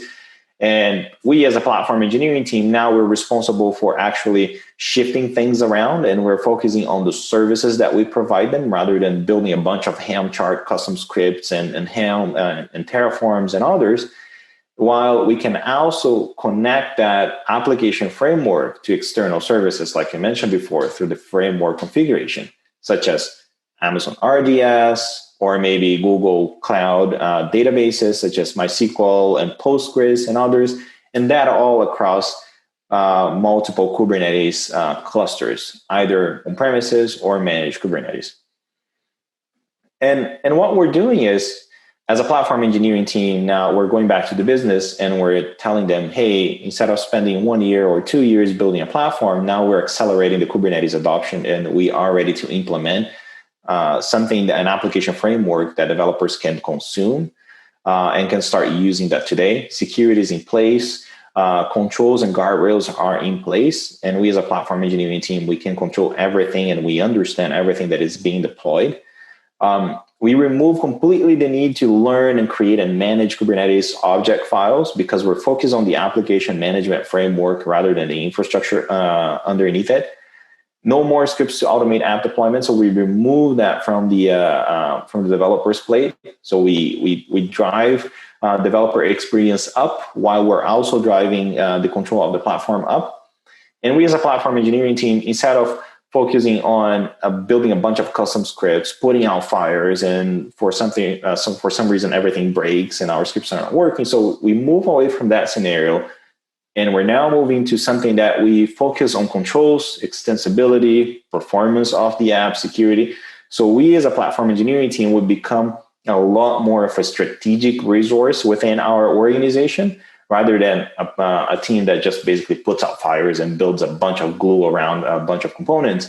Now we become strategic. Now we become control. And now in the future, because of that application framework, if we want to swap components underneath, that is fine. But we are never changing the experience that we're delivering to our developers. So we're saving our organization time, and we're driving developer experience and speed up at the same time that we're creating an extensible application framework. And the great thing is, last but not least, I'm not trying to bore you to death with the slides. You can learn more about an application framework and how to get that implemented and the benefits about it, and some of the architecture and use cases through these links, as well as if you have questions, we're always happy to help through Slack. And this is also an open source component that you can participate, you can download and consume. So feel free to reach out to us, and we're happy, more than happy actually, to help you guide through some of the journey that these organizations are going through on changing the approach from implementing and building a custom platform as a service to an application framework. I appreciate the time. Thank you very much for participating. I hope that was insightful, and happy to chat more about it. Thank you for joining us today.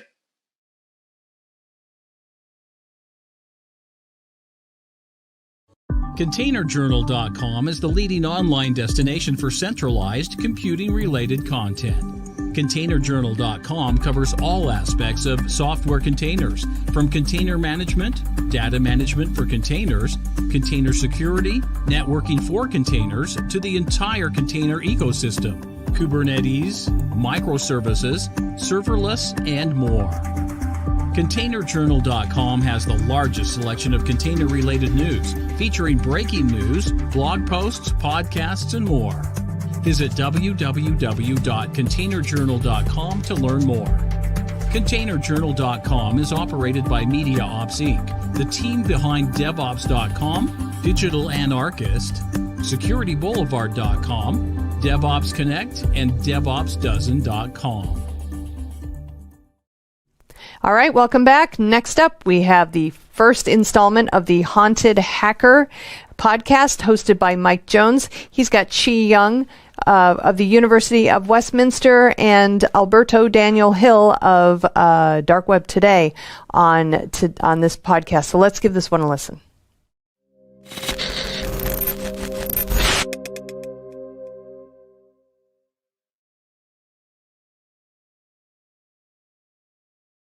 So with that being said, news in the news. So this week so far, I was looking at the Hacker News and saw a load of ransomware popping off everywhere. And I'm not really sure, if anybody's followed that or not, but there seems to be a lot of old ransomware popping up, as well as some new stuff and a lot of Android stuff. It's funny because we did a video on Android malware and APKs, I think it was almost a month ago. And now really people are starting to really throw Android malware out there, which is kind of scary because most people use Android now because they've left iPhone. Other than that, I don't have a whole lot on this side besides, thanks for everybody's support and building this back up. So Chi, why don't you introduce yourself and tell us where you're from and kind of your history and how we met, and we'll go from there. Wow. Okay. So how far back do I go? As far as you want, buddy. So yeah, my name's Chi. I'm a lecturer at the University of Westminster, currently teaching on the network security course for undergraduate, and also on the master's degree for computer forensics. Yeah. So, how I got to meet Mike was that there was an event on at the university. It was Hackers on Tour. I think that was the first time I met you. And after that, it was at a DEF CON meeting in the basement where we shared a drink. And yeah, the rest is history. Yeah, it's fantastic. Well, we're glad to have you on. So tell me how you got involved with cybersecurity and kind of your journey, where it started. Were you interested in this as a kid, or, computers, or how did it all start for you? Yeah, so first started off with gaming. My first computer was a Commodore 64. Started programming BASIC from there. And then it was like Commodore 128 and then Amiga. So I was in the Commodore camp, whilst the others were in Spectrum and Atari. And then I went to study computer science in uni. And that's where I discovered security. I realized, we'll be programming late through the night, me and my classmates. And I realized, hey, I can look into the terminal from where I am. Right. And then, because I knew what they were running, and then it was almost like the night before, the course had deadlines. And so we wind each other up, we'll go around killing their processes and watching them go absolutely nuts. So that, it's a bit of mischief there. Didn't do anything too bad. And just realized, wow, we can just remotely log into a device, kill processes, move their windows around, and that's how it first started. And then suddenly realized, mail server, wonder what we can do from there. And then found out about the SMTP protocol, and then you could totally fabricate an email, and not leave any trace. So that's how it started off. After I graduated, continued, learning and finding out things. Sometimes I'd be sitting in Borders, reading the 2600 magazine, and that's how it all went from there.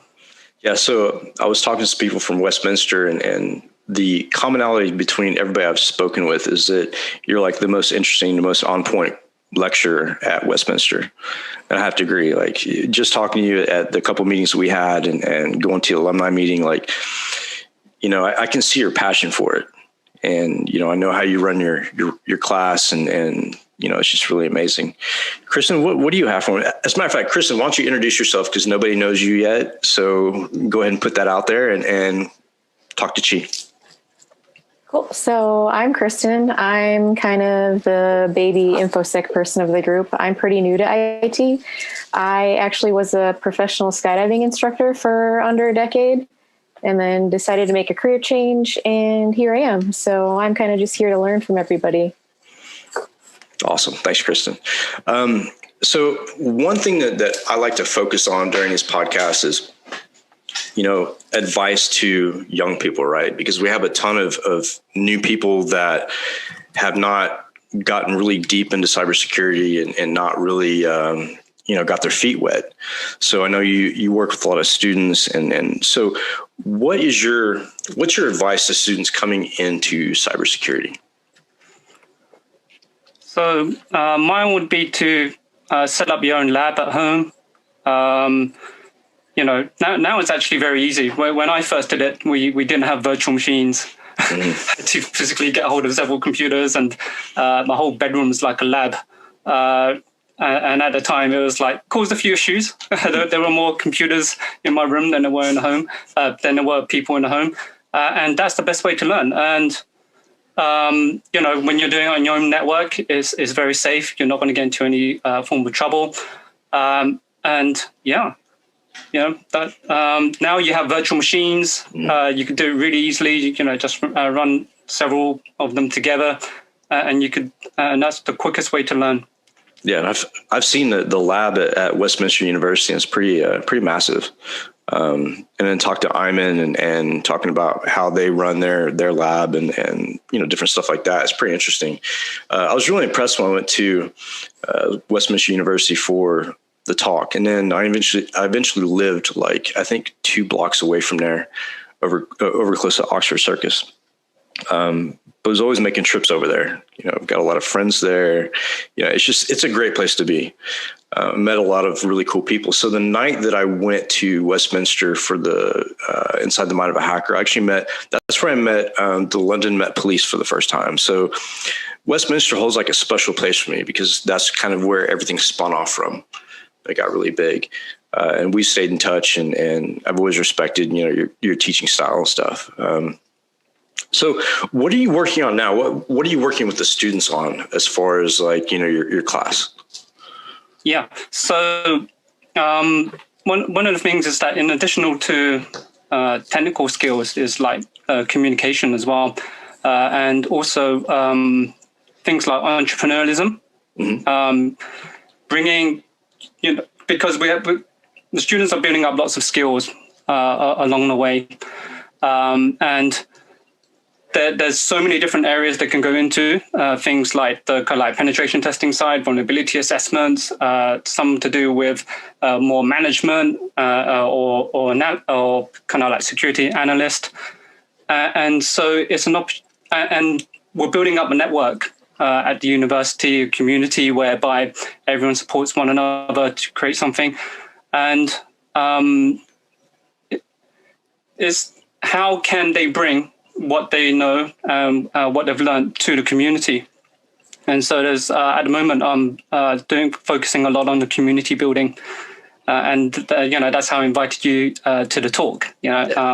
So we have some former students here on the call, whereby we invite former graduates back to kind of like share what they're learning, what they're developing in their organizations, and how they're bringing it out to the world, but also supporting one another's growth in the industry.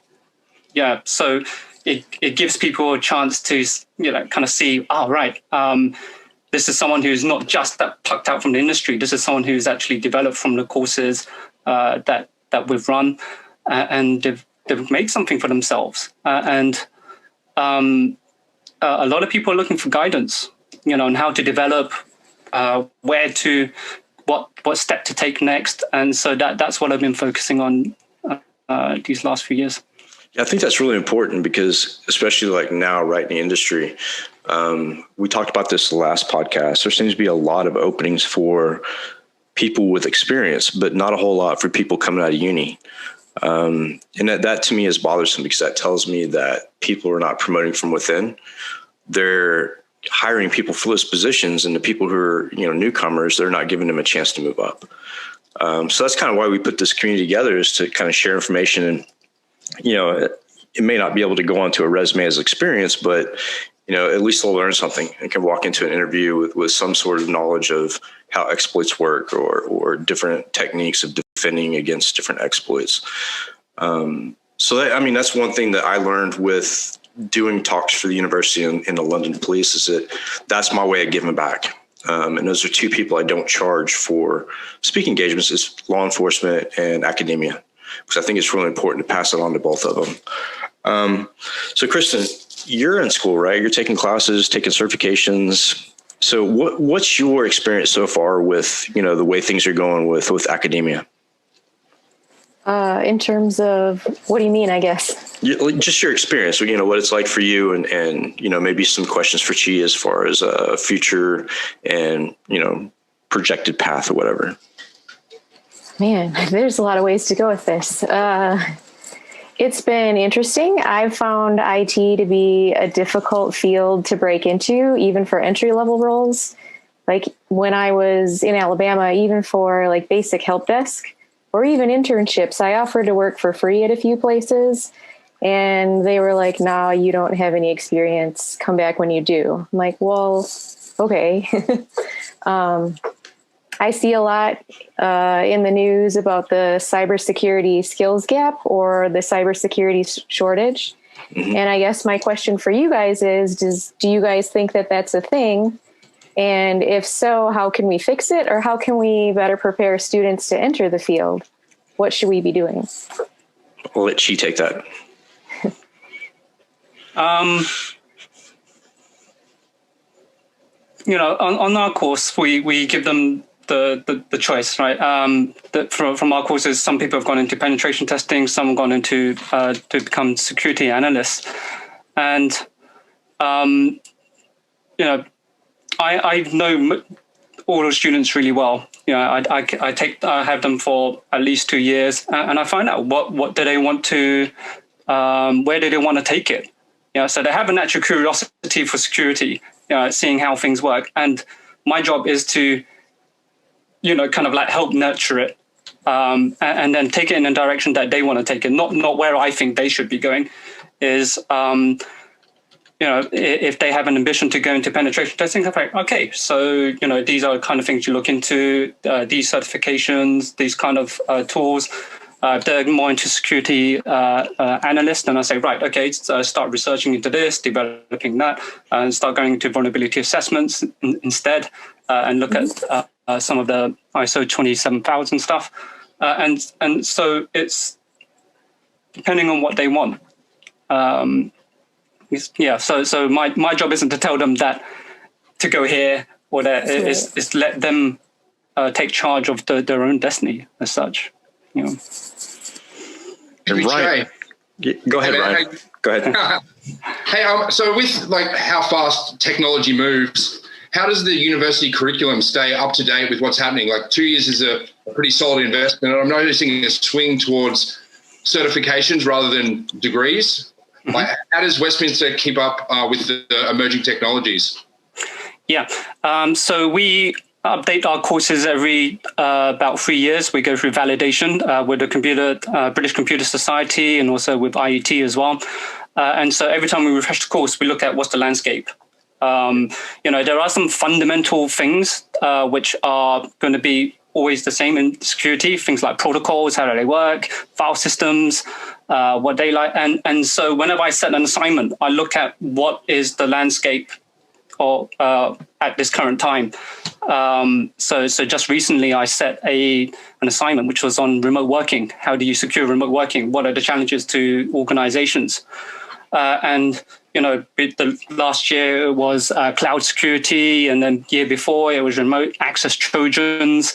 And so I tailored the assignments to really current challenges, and then whenever we give an examples in class, we cover the fundamentals, and then we give a very current example of an attack or something based on that or on the principles. Yeah, that's really cool. It's funny because I did a talk for BCS early January, BCS Hertfordshire. It was the exact same thing, working from home. It seems like it's a hot topic. And so at the university, the students are still working remotely, or are they back in the building? Yeah, so we've been remotely teaching since March last year. Wow. And it looks like this semester is going to be the same thing as well. So luckily, university provides workstations if they need it, so that they can work from home. And then any form of, so they just download an image of Kali Linux or something, and they're given a whole set of exercises to follow. We can still carry on. We can still maintain the same kind of experience. So whenever they're having any challenges with what's going on and how to do something, I can share the desktop or remote into theirs and then fix something. So the experience is as best as we can do at this moment in time. So do you guys experience any kind of security risk? Have you seen any kind of attacks against university as far as that type of remote instruction or availability? Yeah. Because I'm not aware of the attacks, we have a security team for that. Because I'm on the teaching side, I don't get to see it. We have had some denial of service attacks against kind of like the network which is used by universities. That was told, I think that was last year at some point. There's a guy on here who knows more than I do, Chuck. Because he was on the team at one point. So we've been running without glitches. If anything, it was just teething problems with kind of like getting people into a classroom, a virtual classroom. Because we don't use Zoom or Teams, we use kind of like a package called Blackboard. Mm-hmm. All the participants are managed, and they belong to university, so they can't share a link with someone. So we don't have any kind of like bombing, classroom bombing or anything like that. Right, that's cool. Yeah, there seems to be a lot of issues with Zoom if you don't really lock it down, with people bombing Zoom meetings and Twitch and stuff like that. So I'm going to ask all three of you guys a question. So when you look at your most passionate piece of security that you want to go after and that you would focus your research time, what would it be and why? Chi, go ahead. My one would be for mobile phones. Mobile phones, because now it's used for out-of-band authentication and so on, text messages, and even if people don't use a computer a lot, they'll be using a phone. And just reading about some of the ways in which memory is managed and which encryption keys are left around, after you first unlock as well, how things persist in memory and techniques on how to grab things like keys. Mm-hmm. Which the developer didn't expect, but because of the way that the environment managed it, left some vulnerabilities. So I would direct it towards phones. Yeah, absolutely. What about you, Ryan? guess mine at the moment is probably IoT, the Internet of Things. It's just the massive threat that it kind of presents, like with like hard-coded firmware and all this, hard-coded passwords and things like that. That's kind of what's my focus at the moment, just because I don't know that much about it, and just getting into what the possibilities are, the possibilities for defending that, the possibilities maybe even of using those things as an offensive thing in a defensive manner. So that's what's exciting me. And Kristen, what's your passion right now as far as security goes? Oh gosh, that's a hard one, because I feel like every time I learn about something new, I think it's the coolest thing ever. So that's been my problem, is it's hard for me to focus. I got really into reverse engineering through mostly capture the flag challenges. I suck at it, so I'm not any good, but I think it's really cool. In learning how to do that, I think I discovered more foundational things that I needed to take a step back and focus on, just things like operating system architecture and stuff like that, that I didn't really get in my degree program. Other than that, I think like the social engineering aspect of cybersecurity is fascinating to me.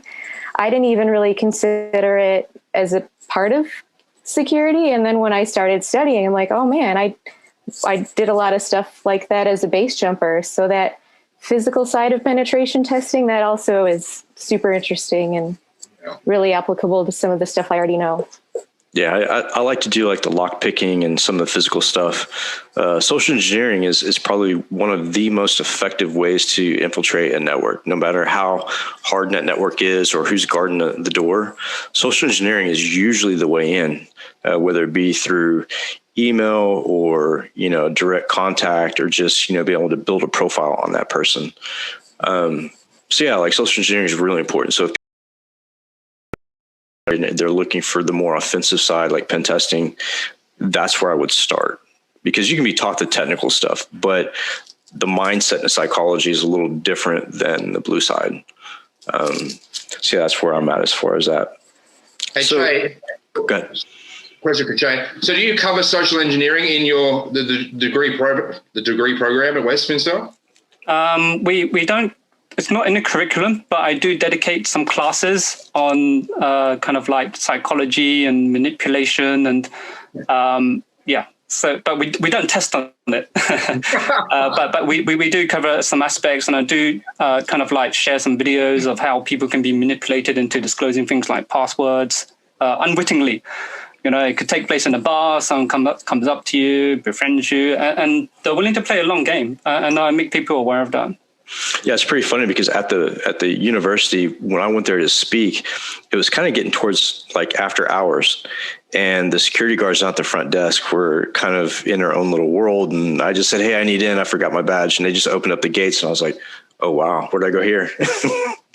But that seems to be pretty prevalent with any business or organizations, that the people you have guarding the door don't necessarily have security in mind. They're fulfilling a job and making a paycheck, and they're not used to people trying to infiltrate their business.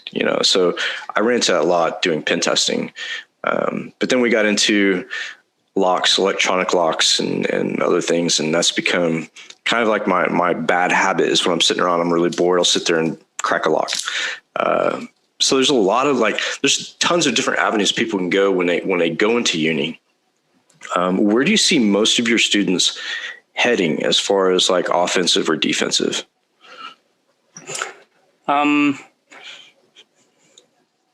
We've got some members on here. I think it's more towards the defensive and security analyst side. We do have pen testers, but they seem to be in the minority. The most of them are to do with setting policies, kind of like blue team kind of stuff. Yeah. But penetration testers, there have been a few, and then some of them are like really good at it. Yeah. Go ahead, Ryan.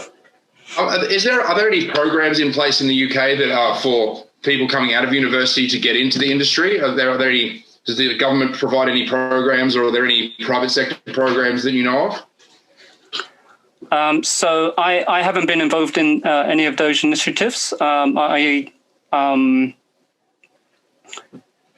from the community that I built in our university, when some of the former students come back, they actually come with job openings. And so I always tell the students, some of these people are going to come back with vacancies. Prepare your CVs, get to know them because they've come through our system. They know what we teach. They know how we teach it. They know what skill set they're going to have, and they can help bridge the gap much easier. So that's one of the reasons why I created the community, so that we don't depend on an external organization, that we can do it all in-house. Yeah. So I know Kristen's done her homework on this episode. So Kristen, why don't you unload with your questions? I know you have a ton. Oh, gosh. So teaching is obviously a huge part of your life as an educator. I was hoping you could share some stories about some of your most inspirational students. Wow. Okay, I won't give any names for privacy reasons. We had one guy who was kind of like a bit more of a mature student. He came through, and because he wanted to make a better life for himself. And so he studied really hard, got really good grades, and then he decided to go for the Cybersecurity Challenge, the UK one. And he asked, what does he need to prepare? And I thought, right, okay. So, and I knew it was serious, and I knew that he had the ability, so I gave him a whole load of extra homework to do. And he continued through, he got through a number of rounds, and he actually was in the winning team from there. And then he had some job offers, and this was probably the only time I gave advice where, I asked him to, do this, right? Yeah. So he had a job offer. It was a good job offer for a new graduate. And there was this kind of graduate scheme, which was unpaid at a large firm.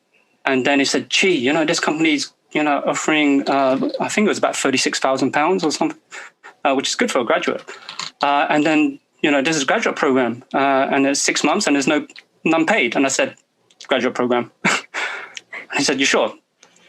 Graduate program, right? But he took the advice and he went on it. And then later, they kind of like extended the graduate program. It's like from 6 months, they said, gee, they're about to extend it. I'm not going to be paid and stuff like that. I said, well, if they wanted to get rid of you, they would have just stuck with it. And he carried on. And then within 2 months, they gave him a full contract. And then he became a international security consultant. Then they sent him off to do his master's degree. And then he went to work for really large investment banks, pen testing. They paid for all of his courses.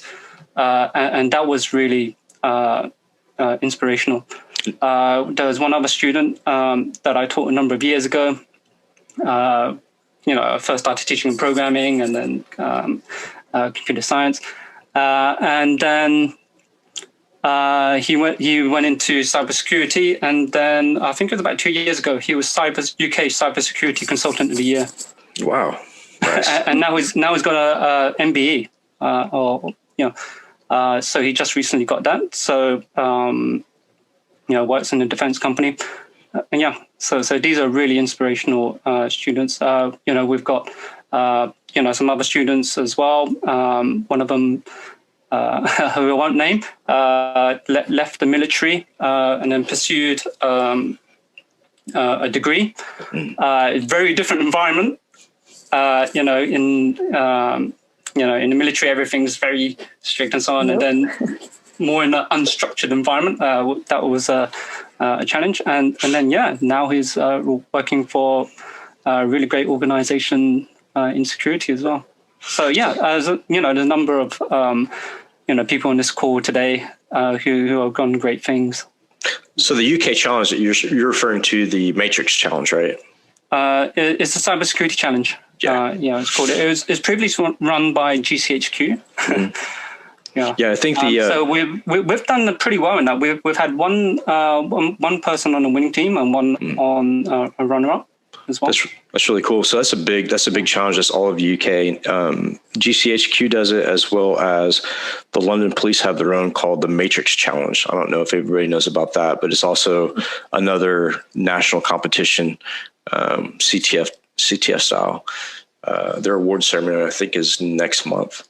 So Kristen, what else you got? Do you have a particular subject you enjoy teaching, or what do you really like to nerd out on? Oh, yeah. It's,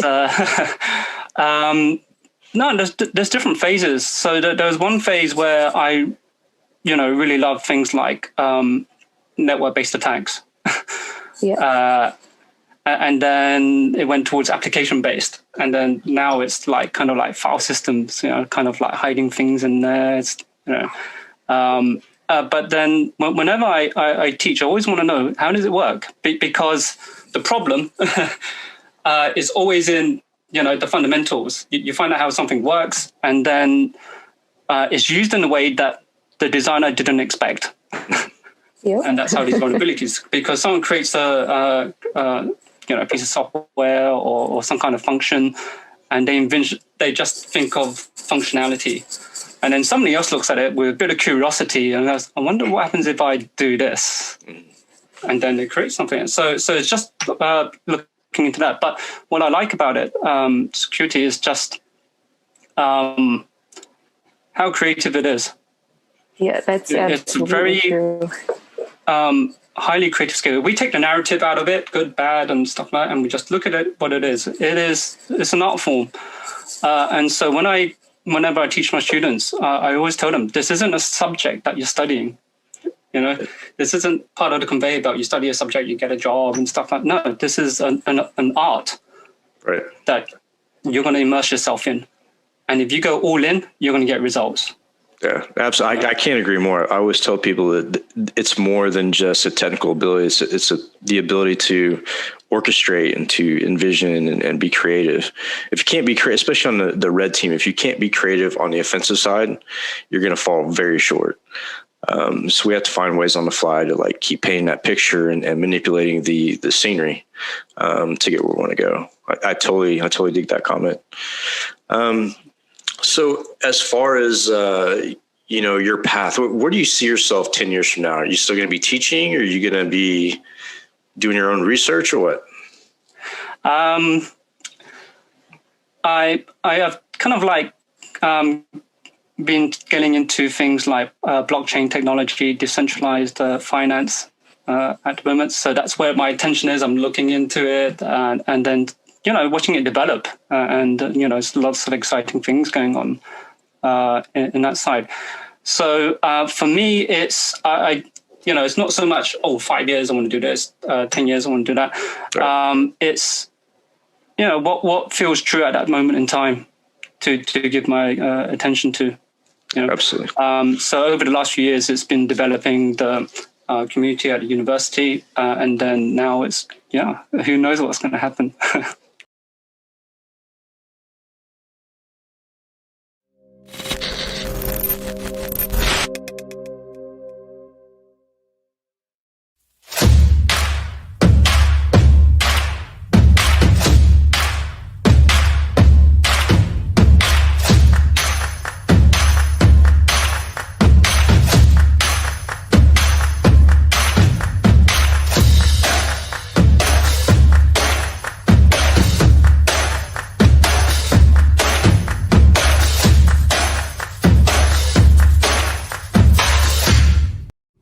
Hey everybody, happy Monday. This is Charlene O'Hanlon, and I am here with the Monday edition of the headlines. First up on DevOps.com, we have an article that looks at hybrid low-code as the next evolution in application development. Since the start of the pandemic and resulting acceleration of digital transformation efforts, organizations have increasingly looked to low-code as a way to push some of the less demanding application development tasks over to the so-called citizen developers. Those business users who step in and create business applications that are used internal to the organization, using development and runtime environments sanctioned by IT. But using citizen developers comes with a whole heap of issues that need to be addressed, ranging from regulatory and compliance issues of the app to time management of the citizen developers themselves. The answer may be in hybrid low-code, in which apps are begun in an easy-to-use drag-and-drop environment, then finished using a language the low-code platform can integrate with.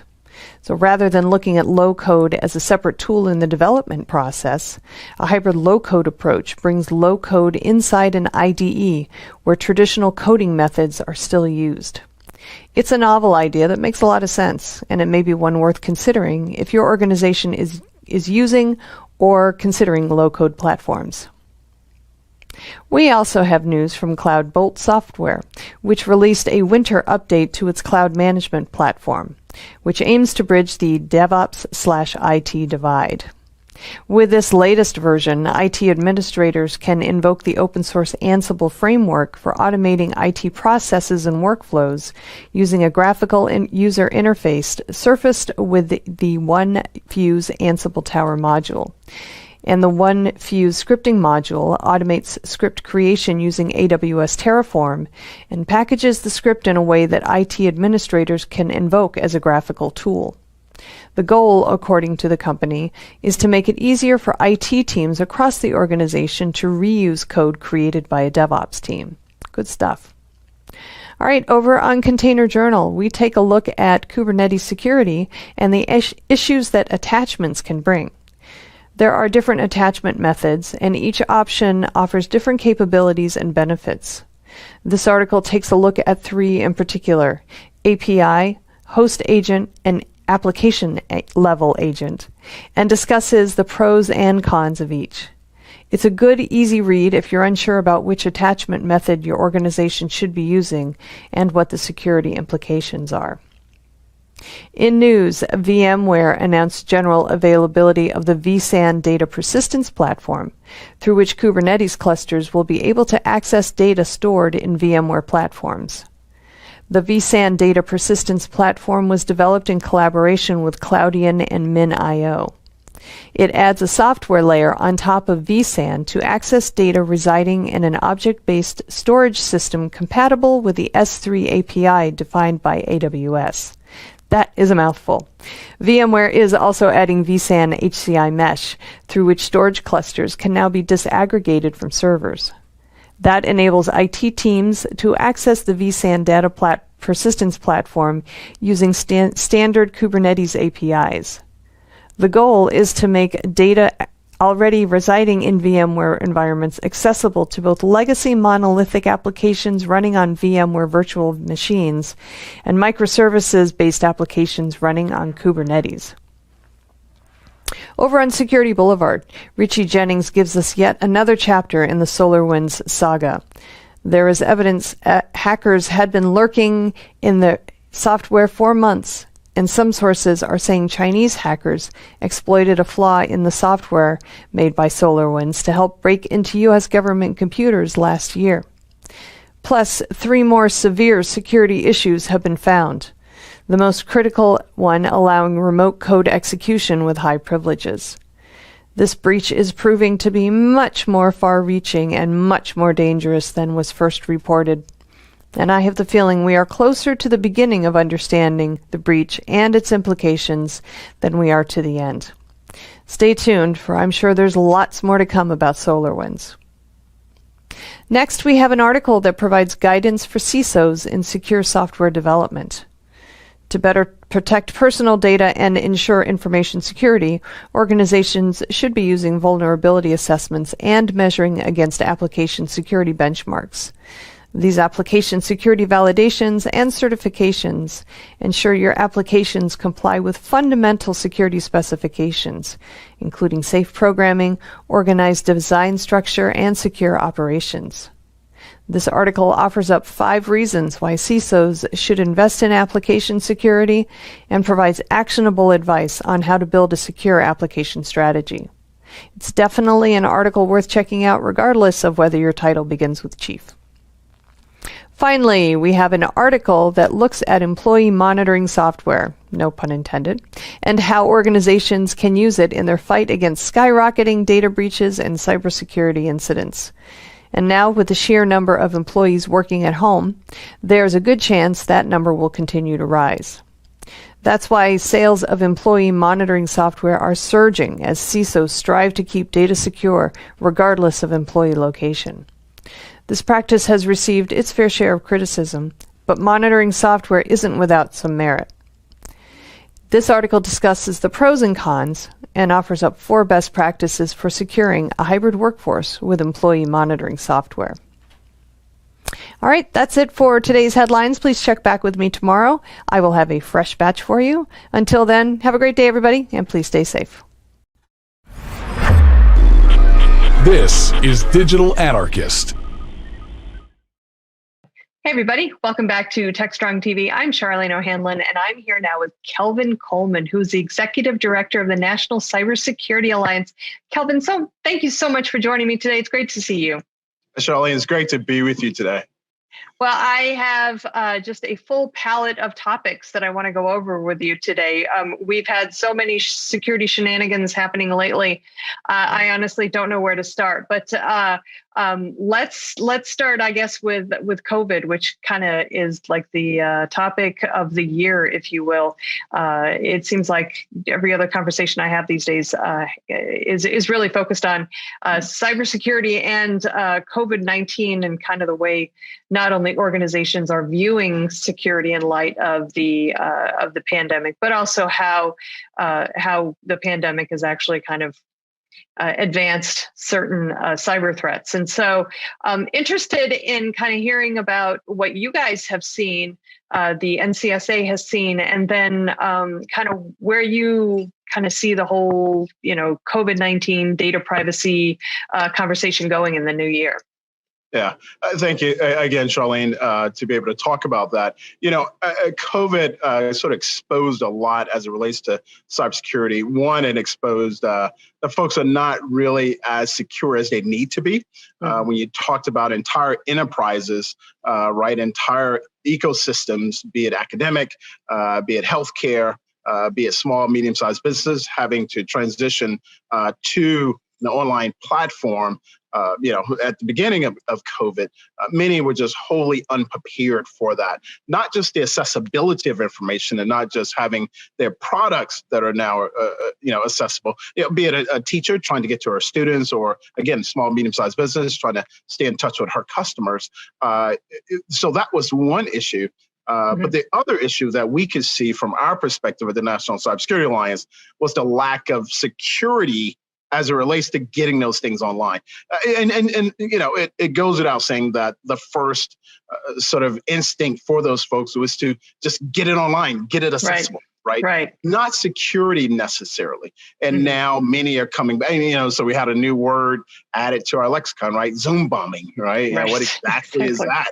But we found out very quickly, if you don't have a secure webinar, then folks could at least bomb you with something inappropriate, and at most be there and you not even know it, right? And be gathering sensitive information. So that is one thing we learned throughout COVID in terms of just people are not as secure as they should have been. The other thing we learned is the absolute importance of telehealth, right? We know a couple of years ago, about $30 billion or so in investments in telehealth.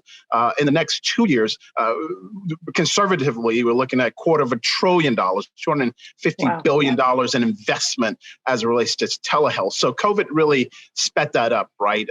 In terms of getting people to really think about how to properly do telehealth. Now, I must admit, my friends in the healthcare industry did a great job. Now, was it perfect? No, but we're not going to let the good be the enemy of the perfect, right?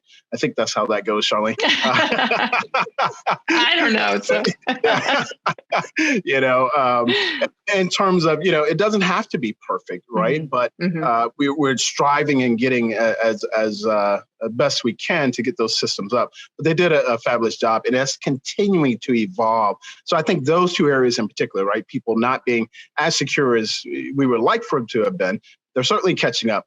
and certainly telehealth and how that is really blasted upon the scene in the last several months, and not going back anytime soon. That genie is out of the bottle. Telehealth is here to stay. Well, that's a good thing. I honestly believe that's a good thing, because really, who wants to go spend 4 hours waiting to see your doctor, sitting in a doctor's office? So if you can do it online, then do it online. That's right. That's right. Yeah, but do you think that this is really going to be kind of a watershed year for cybersecurity in terms of investment and in terms of innovation? 100%. Without a doubt. Absolutely. Now, it was already, pretty innovative industry in terms of really trying to do some great stuff to not only keep people secure, but again, just the technology itself.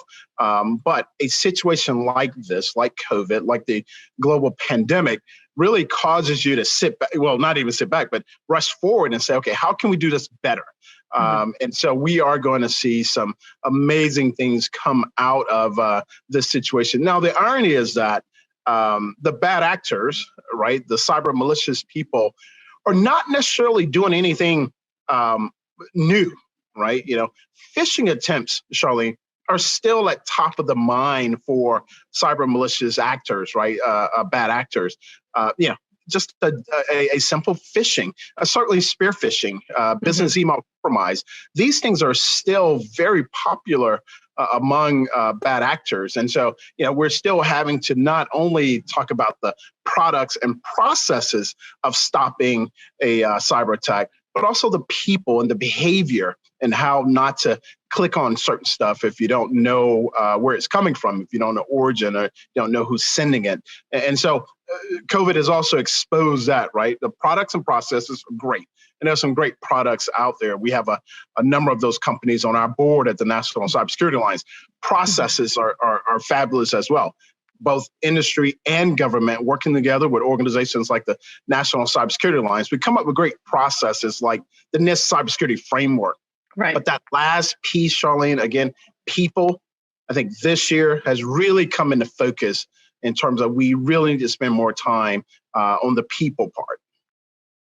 I agree, and I believe that the spotlight on security since the pandemic begins, data security, cybersecurity in general, I think is going to do wonders, and has already had an impact on the level of awareness that employees have towards security. Whereas before they might have thought that their company's spam filter might catch things, or the phishing emails never would actually hit their inbox because they would have been, grabbed by whatever threat detection protection software that their company is using.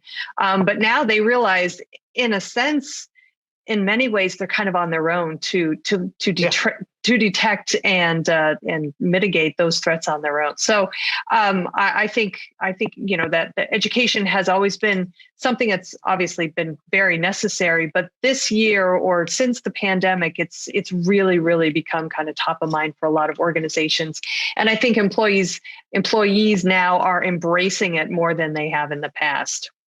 Very well said. I've seen it time and time again with top CIOs and top CISOs. They are talking about exactly what you said, the education piece, which they want to put more calories into that. Great. Well, as long as they put the more calories there instead of elsewhere, I'm okay with that. Okay, well, let's kind of shift gears a little bit, because I do want to talk a little bit about the recent events that happened at the Capitol. When unless you've been living under a rock, that there was a huge riot over at the Capitol, and insurrectionists gained entrance into the Capitol building and ended up stealing or at least accessing government devices. And we have no idea what the security implications are from those actions, and what kind of data is now possibly out there in the wild because of that. So you are right there in Washington. So what are you hearing, and what can we expect in the weeks and months to come because of this? Yeah, Charlene, great question. I'm glad we're going to talk about this, because just in general, anytime there's a physical attack, a physical compromise, physical security compromise, I automatically assume that there's a cyber compromise as well, not necessarily through backdoor remote engineering or someone has taken control from thousands or hundreds of miles away. I assume there's a cyber breach because of the very thing you asked in terms of devices that have been stolen. And I automatically think, I pray those devices have been, password protected, some multi-factor authentication on there, because an open device on Capitol Hill, that's a different ball game. And those devices, are out there in the wild. The first thing, after talking to my friends on Capitol Hill and they call and get my advice on it, the very first thing I said, Charlotte, you have to get an accounting of what you're missing, right? You have to identify what even you're missing. And while that may seem simple, Charlene, as I think about it, if, someone broke into our office, God forbid, or my home and took devices, I would have to seriously sit down and think about what devices I have. Mm-hmm. Right. We have so many devices these days, the average American household, around 8-9 devices. Right. And so many more devices in many households. So you'd actually have to stop to think and get an inventory of what was taken. And that was the same thing I advised our friends on Capitol Hill. Find out, as best you can, what was taken. So you got to identify that first. Secondly, you have to recognize and see if those devices were they password protected. Was there some sort of multi-factor authentication on there to have accessibility? And some will say, well, no, we have biometrics. Well, there's always a roundabout to get around the biometrics, password or whatever the case is. Great that you have biometrics, but what else did you have? And lastly, I will say some have said to me, well, I don't know if the rioters went in with the knowledge of, we're going to take some devices while we're in there. But I'm going to assume they did think that, though. And some have said, well, what are they going to do with those things, Kelvin? They can sell them to bad actors, to nation states.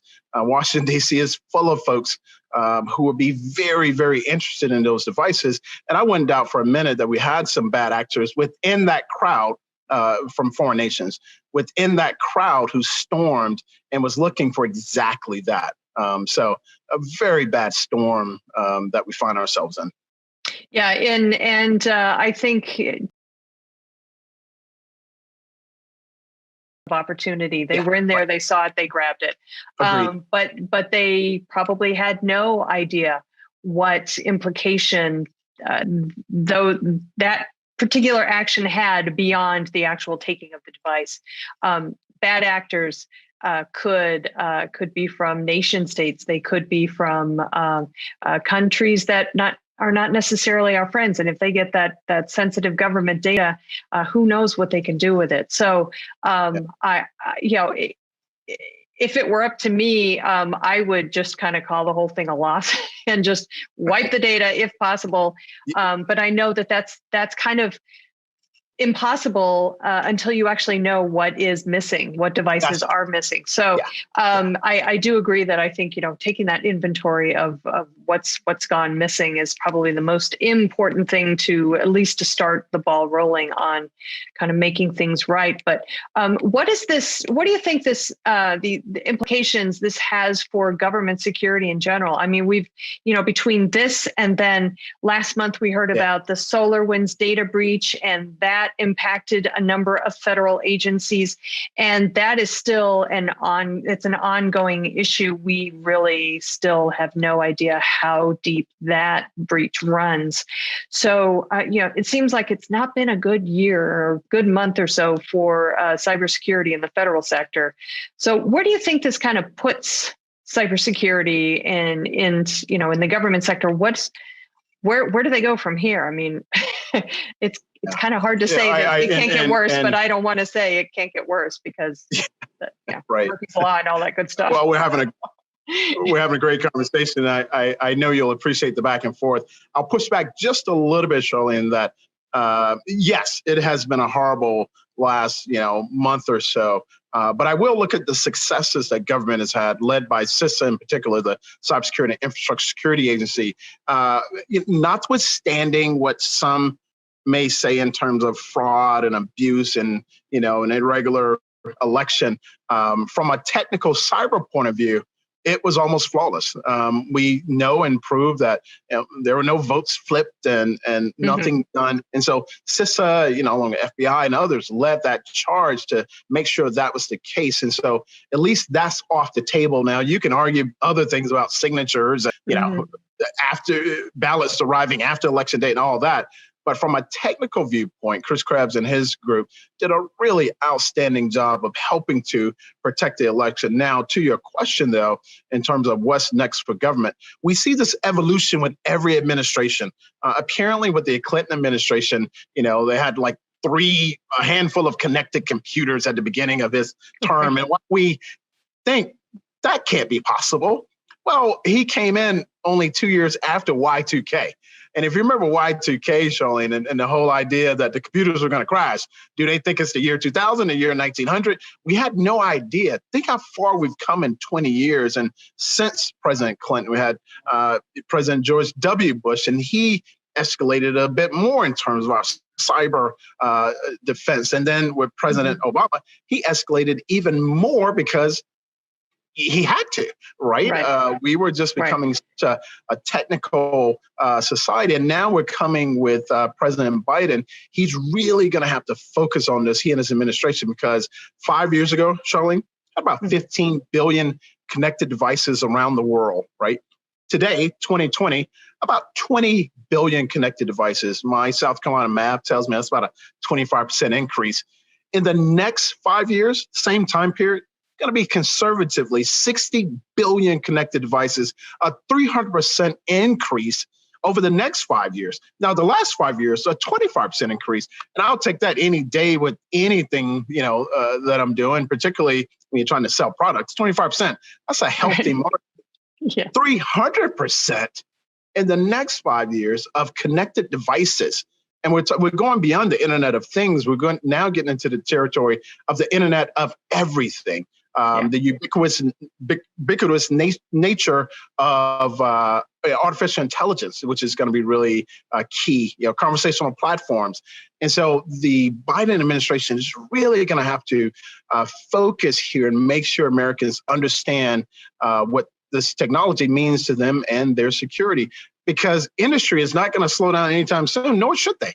Right? We want more devices. We want more accessibility. We want more capability. But as Moore's law comes into effect, which really doesn't serve us well here, you get it faster, you get it stronger, and you get it cheaper.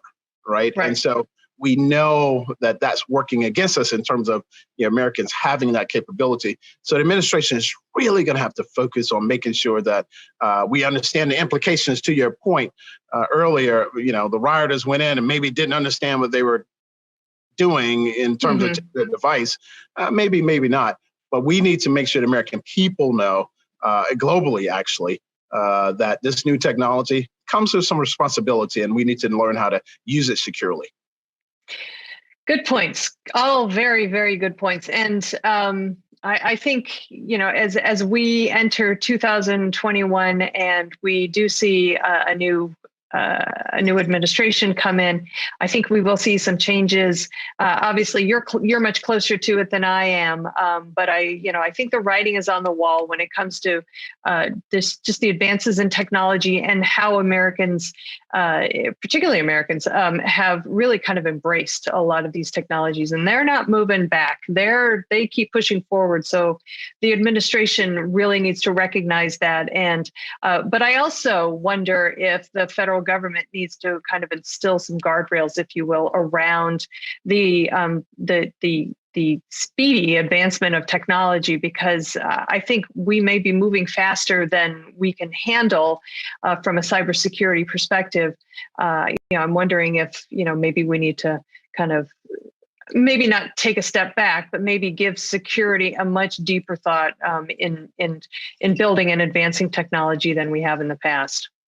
Yeah, that last point, I completely agree. I don't agree with industry should slow down, right? Yeah, no. That's not going to happen. Yeah, right. And again, nor should it happen.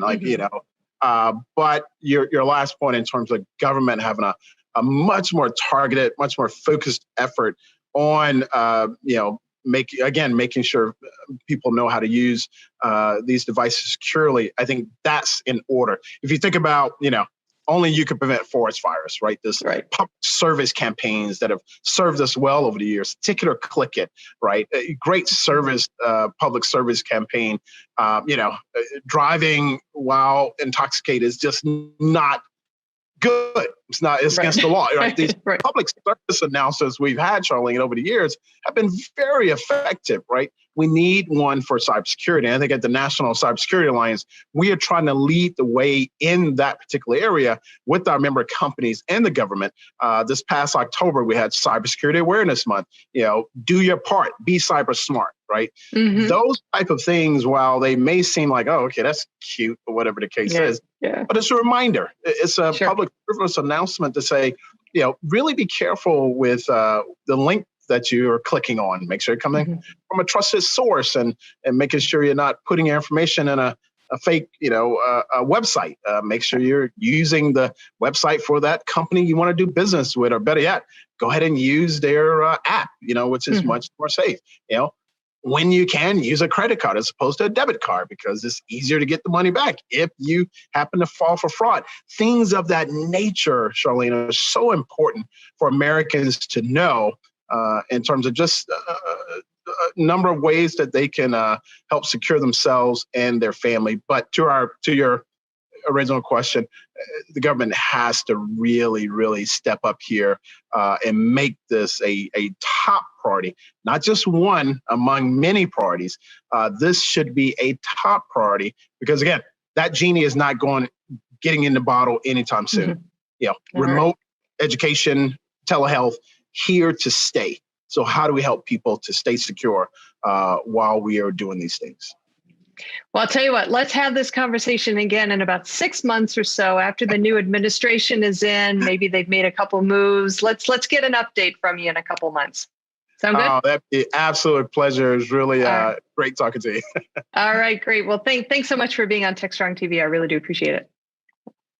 All right, everybody, please stick around. We've got lots more TechStrong TV coming up, so stay tuned.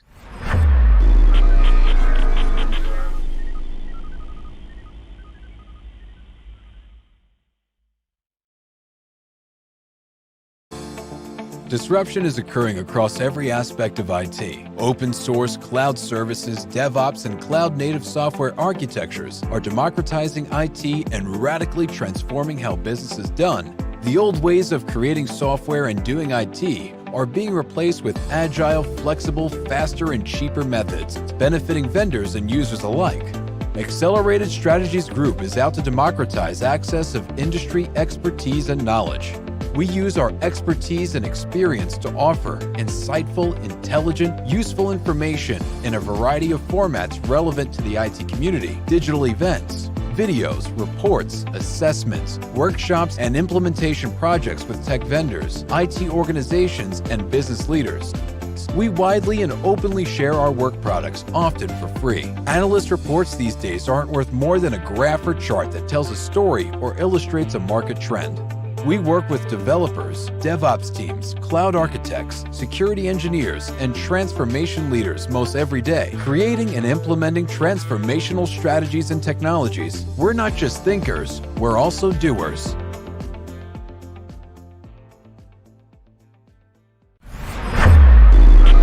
This is Digital Anarchist. Hey, everybody. Welcome back to TechStrong TV. I'm Charlene O'Hanlon, and I am just thrilled to pieces to have a return guest to TechStrong TV, Anibal Abarca, who is the CTO of Wiseline. He is back because we're going to talk about data governance in the cloud and some of the things that organizations need to be considering when they are putting their data in the cloud and just kind of that whole ecosphere. So Anibal, thank you so much, first of all, for coming back. I appreciate it. I'm glad I didn't. Thank you, Charlene. I'm very excited to be here again, and especially to talk about this. I believe this is super important, very interesting. Also, very complex from many senses on the technical side, but also on the organizational and of course the complexity of the architectures that we have to build to achieve these outcomes that we're going to talk about. But it's a pleasure to be here again. Good. Well, I'm so glad you are back. And first of all, why don't we actually start by you telling us a little bit about Wizeline for folks who may not know about your company. Yes, thank you. Wizeline is a technology and services company. We are located in the US, in Mexico, Colombia, Spain, Vietnam, and Thailand. And we are designing and building digital experiences for our customers at a scale.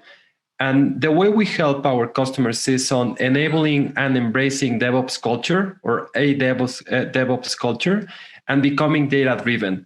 And I do believe that those three big areas, digital experiences, DevOps culture and processes, and this goal for companies to embrace data and to become data-driven in the way they operate and the way they make decisions is it's basically touch, or it has to consider in all aspects, how are we going to manage data?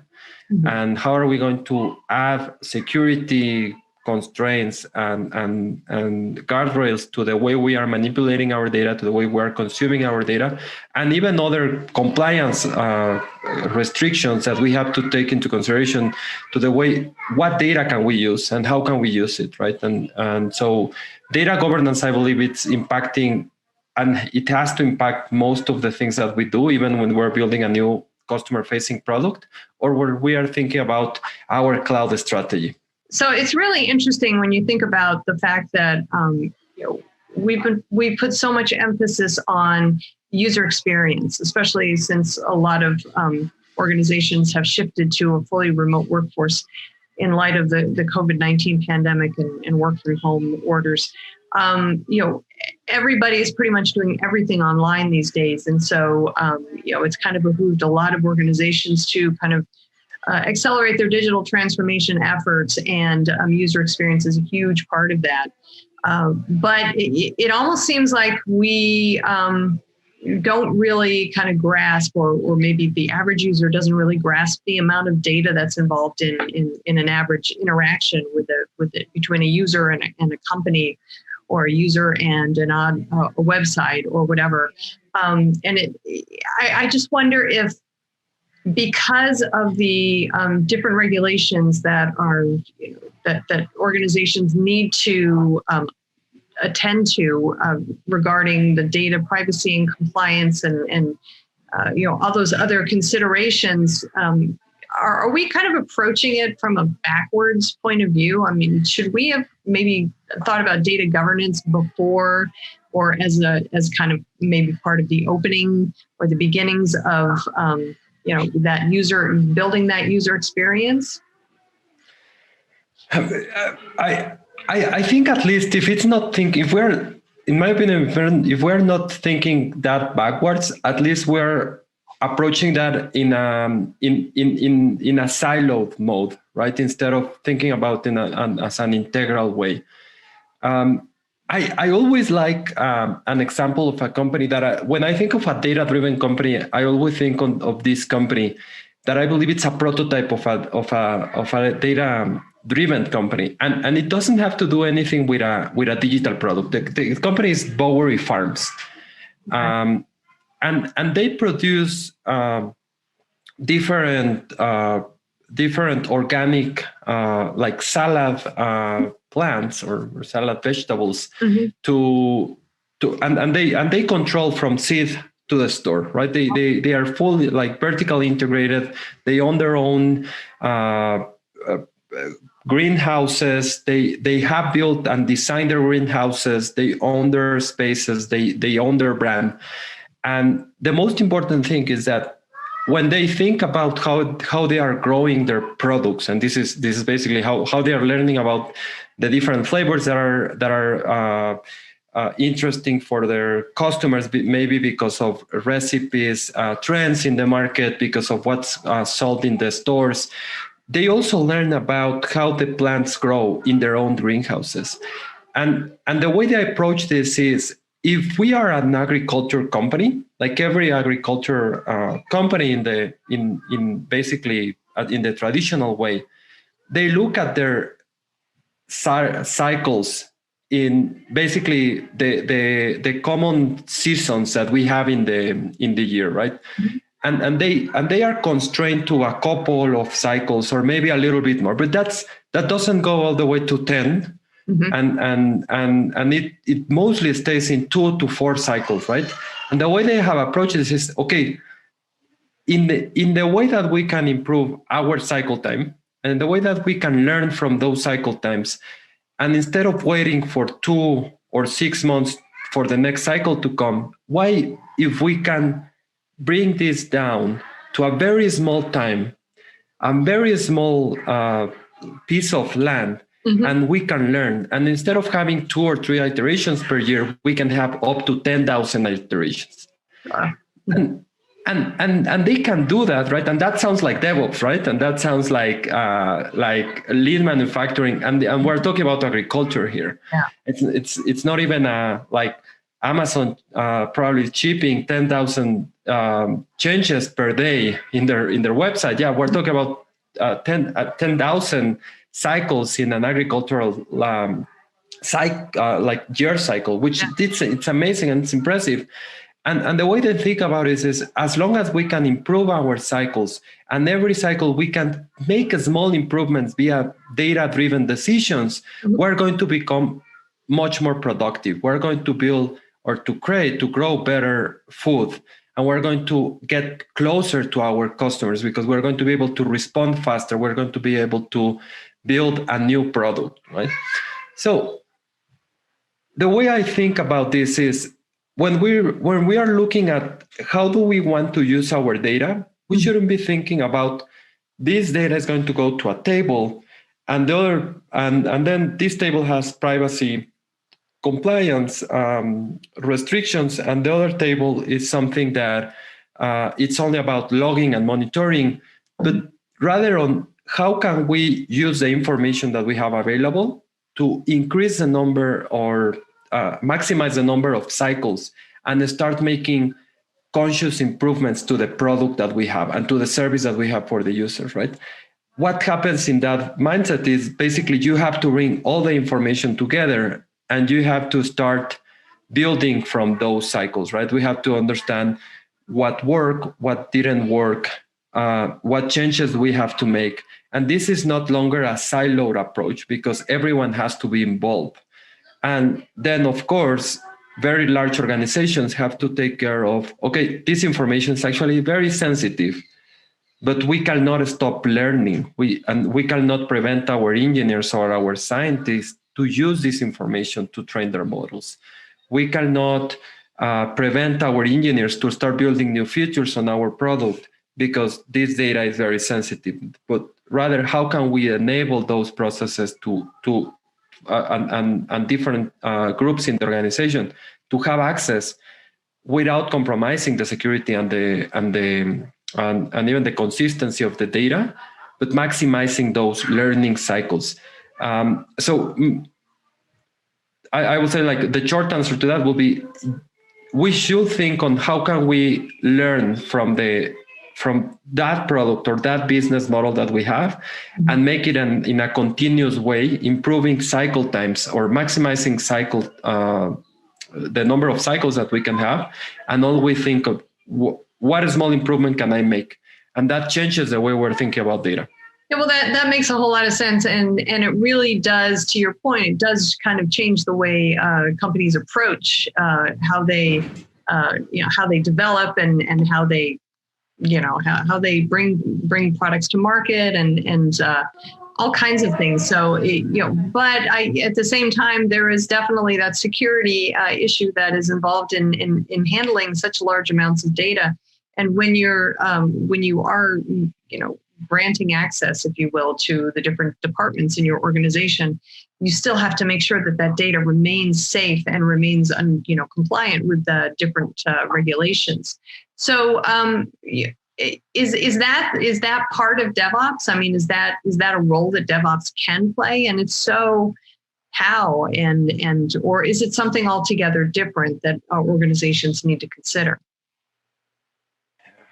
I think it's something that DevOps has to be involved. We are seeing that when we talk about data engineering and we talk about data ops, we often think and talk about the same concepts that our DevOps team, site reliability engineering team, is taking care of, and even security right now. Right. The purpose of this is, again, how to enable automation and how to make sure that everyone is enabling continuous change and continuous improvement by bringing like similar environments, making our platform more resilient and to be able to scale in this mode. So definitely, we are seeing that our site reliability engineering team and our data engineering team, they are definitely working together now more than ever in this space. Oh, that's great. It's always good to hear. Yeah, and it's very interesting. And what we're seeing also is, and you mentioned security, but security and privacy are always, or most of the time, they come together in many senses. Or I will say governance beyond privacy specifically, because different types of data will have different treatments or will have different constraints. Once companies are going into a modern cloud platform, they are able now to focus on, so they are bringing this data platform. Now they are building a data lake. They are bringing all their data pipelines to a common space where they are then going to be able to exploit their data with machine learning models, and they will productize their data later on. But now, when this grows, is how are we going to enable and track? Like we need to add traceability, we need to add observability of the data, and we need to add different constraints that will prevent that data is manipulated in a way that it shouldn't be manipulated, or should be, or it's accessed in a moment or in a way that it shouldn't be accessed, right? So that adds another layer of complexity. So that's data governance and data quality.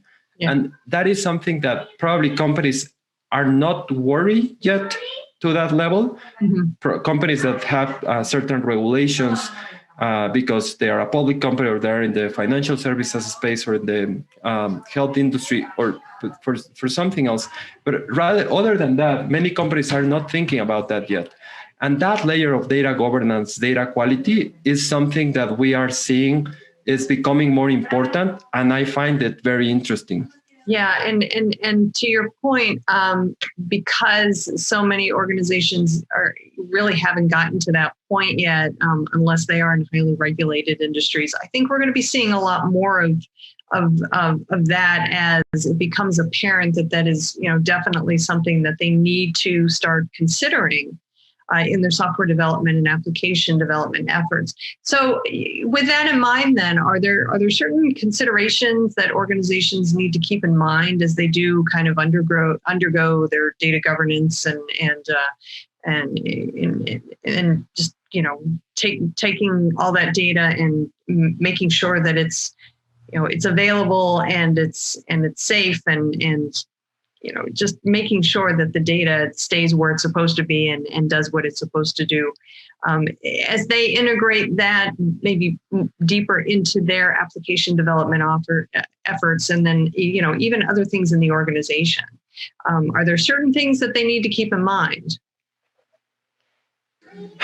Yes, I will think, without going into the details of which technologies can support in those steps, very general advice will be to first start by mapping their data infrastructure and architecture, right? And understand how is the new platform or the next generation platform that they are building. Mm-hmm. How does that look from a high level perspective, right? Where are the sources coming from? How are we transforming and ingesting this information? What type of software components models and different systems that we're using in that space, because that will create different products, right? And the way that we're maintaining and supporting those products is going to be an entire ecosystem. Then how are we going to store this information? We're talking about data lakes, we're talking about some data warehouses, we're talking about tables and relational databases or document databases. Where is this information going to be stored? And making sure that we are taking the right, or we're making the right decisions in not only thinking how is this going to be stored, but also how is this going to be consumed later on. Then you have probably two more components that are close to storage. Is how are we going to manage and how are we going to store our historical information? Because something is going to be used on the daily basis, but then you want to grow historical databases so you can train your models or bring your data science teams to review that and to start playing around with that data that you have. And then you're going to think of how are we going to productize this data? Where is the output? And what sources or what technology we're using or products are we using to create outputs?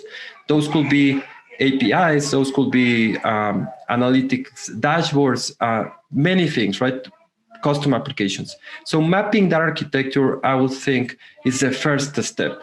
Usually, that architecture is very, very diverse and very complex. So this step is not as easy as it sounds, but starting that is super important.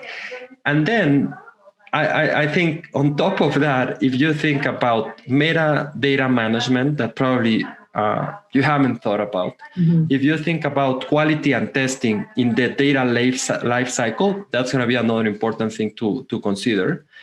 Security and entitlements. How are you going to connect different services, and which services are you going to allow to have access to your data sources and data that is sitting in the storage? And then how are you going to add observability throughout that life cycle? That's part of this high-level architecture, but at least considering these sections and considering these aspects is going to be a starting point. And then you can start digging down in understanding which technology and how do you want to address those.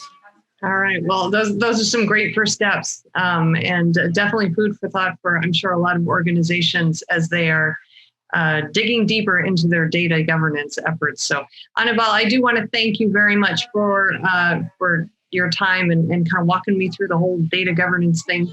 And hopefully we can have another conversation another time. Third time will be the charm. So. That will be great. Thank you, Charlene. Thank you for having me. All right, great. Well, thanks again. I really do appreciate you being here today. So. All right, everybody, please stick around. We've got lots more TechStrong TV coming up, so stay tuned.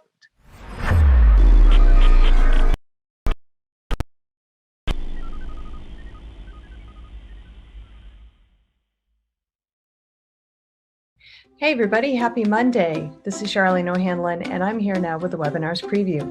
As always, we have a great lineup of webinars coming up on DevOps.com, Container Journal, and Security Boulevard. Wanted to let you know about 3 that are happening quickly so that you can mark your calendar and hopefully attend. The first one is happening tomorrow, Tuesday, February 9th at 1 p.m. Eastern on Security Boulevard, and it is called How 2020's Top 5 Attacks Reveal the Coming Cyber Threats in 2021. This one is sponsored by Acronis.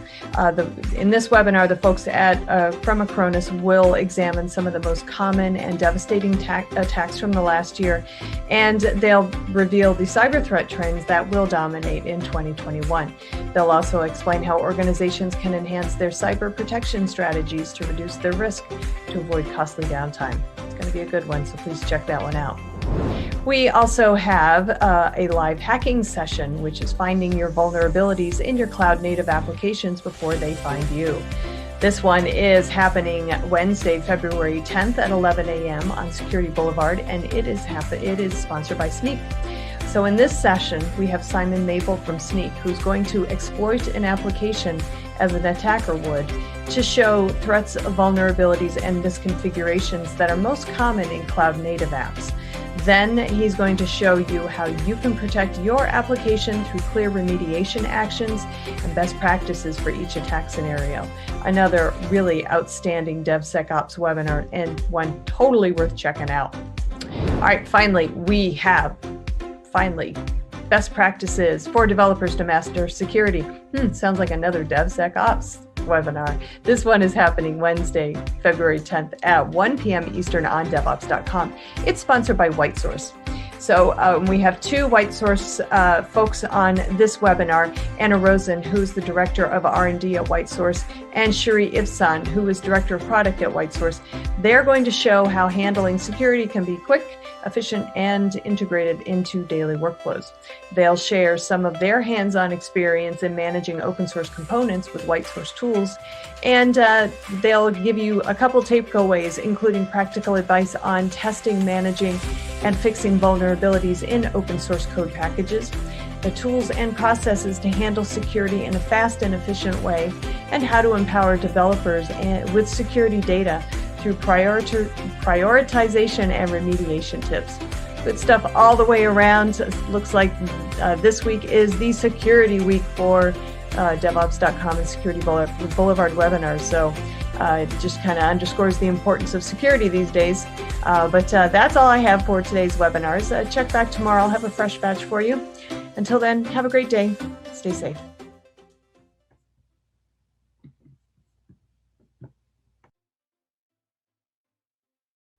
All right, everybody, welcome back. We are now to the Analyst Corner segment of today's TechStrong TV broadcast. In this one, Mitch speaks with Dan Gould, who is the security product marketing person at Illumio. They talk about a recent study on the impact of ransomware and the shift to remote work. It's definitely a conversation that is timely and relevant, so let's give this one a listen.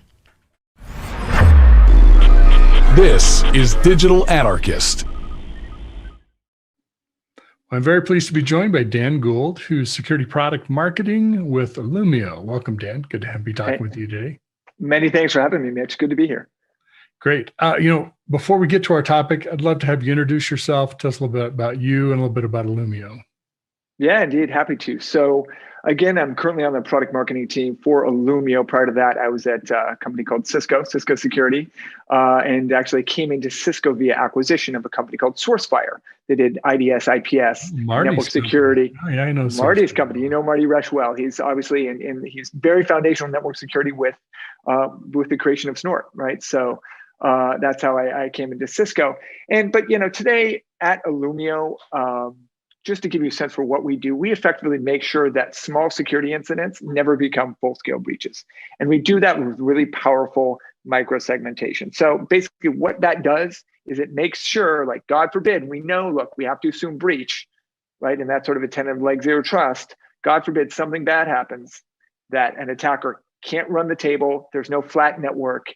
They're basically limited, and they can't really move laterally to make sure that that small security incident remains just that, can be easily identified, cleaned up, and the company can continue focusing on its day job. Excellent, good. So the topic of COVID is not a new one. I think many of us launching into this didn't know what the future looked like. Thought maybe it would be months. Well, I guess we just passed the anniversary of kind of all of us learning about COVID, and I think hopefully everybody realized that this remote thing isn't a temporary. It's probably it probably is the new normal, if there's a new normal out of what we're working. Certainly some people return back to the office. But I know from my own work, IT organizations, of course, had to scramble and make decisions about tools and ramp up certain systems and be able to support people, help them get productive. Oftentimes you're in a rush to do that because you didn't have time to plan it out, right? You just had to act and get it done. And now we're thinking about what our future is looking like. And I know you did a survey on this topic and ransomware and some things like that. Tell us about your survey, a little bit about why you launched it. Yeah, no. So you said it, right? We've been, over the past year in this new reality, and as we sort of knock on wood, we're hopefully seeing a bit of daylight, sort of light at the end of the tunnel in terms of, perhaps there's vaccines, and we can also, perhaps even, go back to work at least part of the time. So what we wanted to do with our survey, Mitch, is really get a true sense for how security is being practiced today with employees at home, and then thinking about what a hybrid remote future will look like. I think by and large, if a company's got 100% of the workers at home 100% of the time, are they going to flip a switch and everybody's going to rush back to the office now that they've become accustomed to working from home and they've sort of gotten into the right rhythms, right, with family, et cetera? Probably not. It's really, we see that's going to be a hybrid future where you might be home 2-3 days a week and you'll be, at the office for the other, 2-3 days, or vice versa. That being the case, the security challenges that we have now being 100% remote aren't going away. And so we wanted to get a sense for sort of the sort of more nuanced takes on how security, some of the shortcomings today, what challenges are presenting themselves in order to think about this return to the office and some security challenges we may well have to confront for this successful hybrid future. It's interesting. We did in the analyst firm that I run, we did some research on this, and over 60%, over 2/3 essentially said that they would work at home either permanently or three or more days a week. So 14% said they wanted to go back to the office full time. I'm not sure why they wanted to do that. Is anybody begging to have their commute back? Probably not, right? No, I certainly have not. Other than, I have those books on tape or right. Exactly. Audacity books I haven't listened to, but other than that. Yeah. So, well, tell us what are some of the things that you learned from your survey? Yeah, you bet. So, as I mentioned, we were interested in, well, look, right, last March, Mitch, we all had to start working from home. And as you say, like IT security teams had to figure out how to support this. And so there's a rush to do that. And then their colleagues in marketing all put out a bunch of blogs saying, working from home, it could be dangerous, right? We wanted to sort of, okay, let's stop for a second and dissect that. What does this really mean? So we wanted to get a sense for a slightly more nuanced take of the situation on the ground. Now that people are working from home, nobody's sort of domain joined, right? And what does security look like in particular, like the visibility pieces, right? And we hear a lot of, and God forbid, I probably could be accused of this, but we all go to the RSA conference, Mitch, and there's a joke. There's, that every vendor uses the same refrains, right? Visibility and control, right? Every vendor uses that in some way, shape, or form, right? But we wanted to know, like, what does that really look like with people at home? And, that typically transitions into a second cliche of you can't protect what you can't see. That being the case, we wanted to sort of have a couple of hypotheses of like, okay, if that really is the case, if we really believe you can't protect what you can't see, can we even see anything with people, everybody on the home network? So really, what is sort of the security status of remote work, right? And for starters, we've heard a lot about the sort of transition away from the VPN, right? And we're sort of curious to know, like, is this happening? Is this already happening? There's a lot of talk, and maybe it's from vendors and analysts about if it's zero trust network access or the sort of SASE market that brings sort of this zero trust network access plus SD-WAN or software defined perimeters, and all of those tend to do away with the VPN, right? We wanted to know, like, with people working from home, where is the VPN? Turns out we're not there yet in terms of moving to the software defined perimeter, and it may well be because this happened so quickly that the easiest thing to do was just to sort of expand what was in place, and that was the VPN. It was sort of the devil, we know. So let's just continue using that. But we looked and I've got the numbers here. It looks like so 90% of respondents here, Mitch, require employees to use a VPN at least some of the time.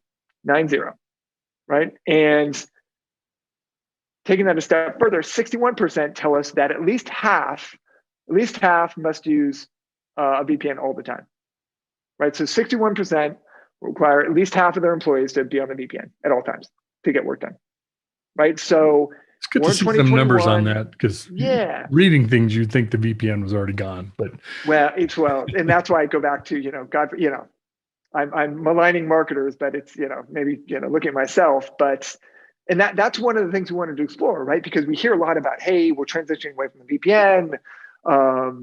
There's this software defined everything. Well, in reality, this is one of the hypotheses we had, that people haven't abandoned the VPN as quickly as perhaps we've been led to believe, and that certainly is the case.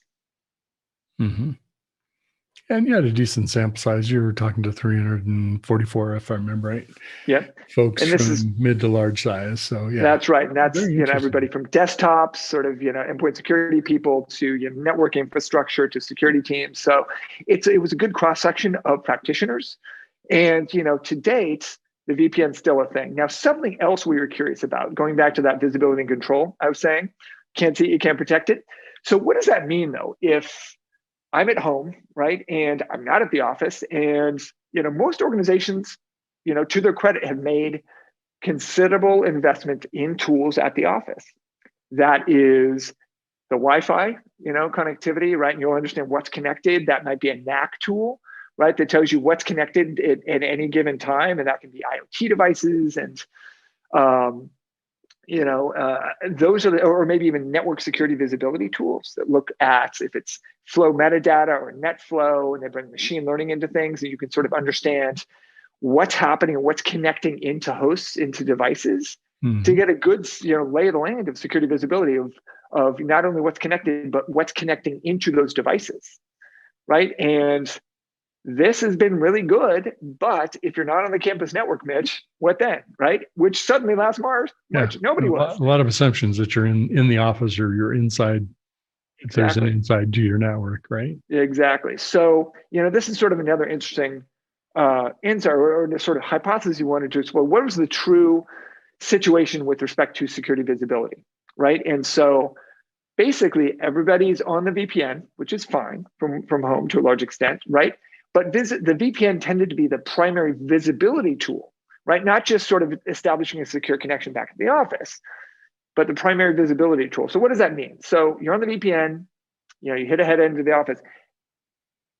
Organizations can see what's coming and going from that device, but can they see what's happening on the home network into that device?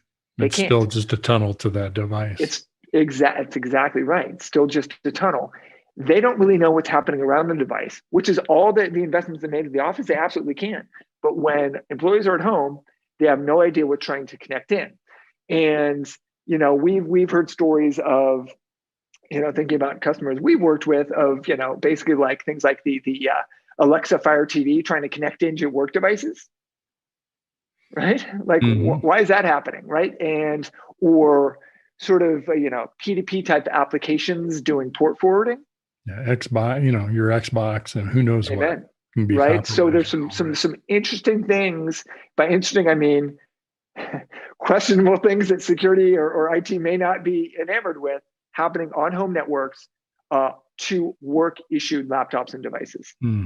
And to a large extent, organizations, again, they just got the VPN there. They can't see that happening. They're basically flying blind as to what's happening at home. So is there anything in the analysis in the report that you didn't expect to see? Something that was either really insightful, maybe even surprising? I'll tell you what.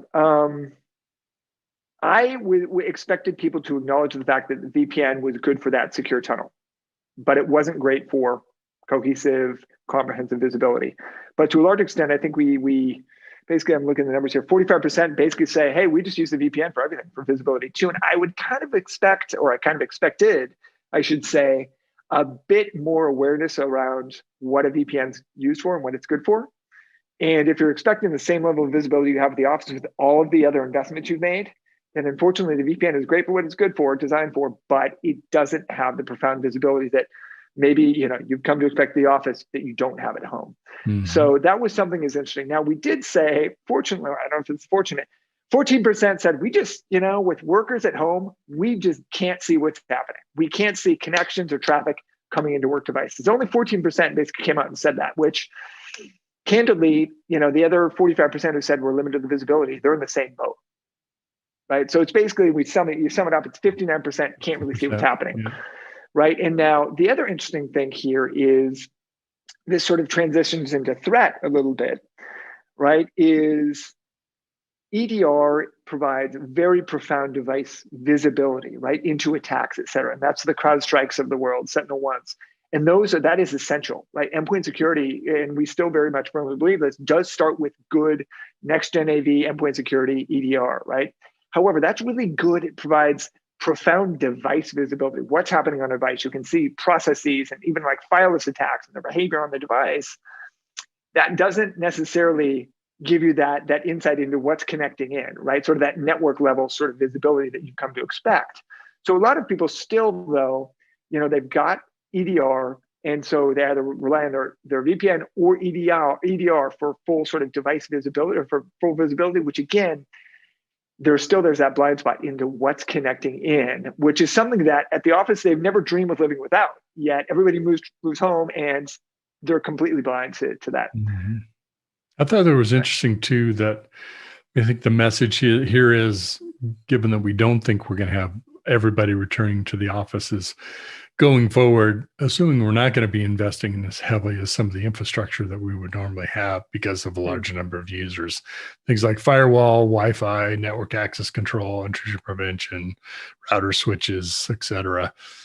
If a third or a quarter or something less return back to the workforce or only there partially during the week, you may have extended the longevity of what you've got. You've got the capacity. You don't need more. So let's redirect those dollars elsewhere. That's right. And that's totally true. And something else we wanted to explore, what technologies are getting a pink slip in 2021, right? Look, I suppose this is probably a no-brainer. If not that many people or far fewer employees are going to be at the office, it's sort of the really network-centric tools are going to, see their investments either decreased or maybe just pushed out, right? So it might be 2022, 2023, where the route switch upgrade that maybe somebody's thinking about that isn't free, by the way, that might just get pushed out. Or maybe, our Wi-Fi is sufficient. As you say, if we only have 40% of the workers back at the office on any given day, our current Wi-Fi is sufficient, right? Or, our current firewall capacity will do the trick. And so that probably we did want to explore what tools were first in mind to see their investments cut. And as you say, it's firewalls, it's Wi-Fi, tools like NAC that are very much sort of network oriented, who will see their investments either cut or pushed out. Interesting. Well, let's think forward a little bit. We talked at the beginning of our conversation about organizations having to react, right? You have hours and days to make decisions and get things implemented because guess what? Everybody is home tomorrow, right?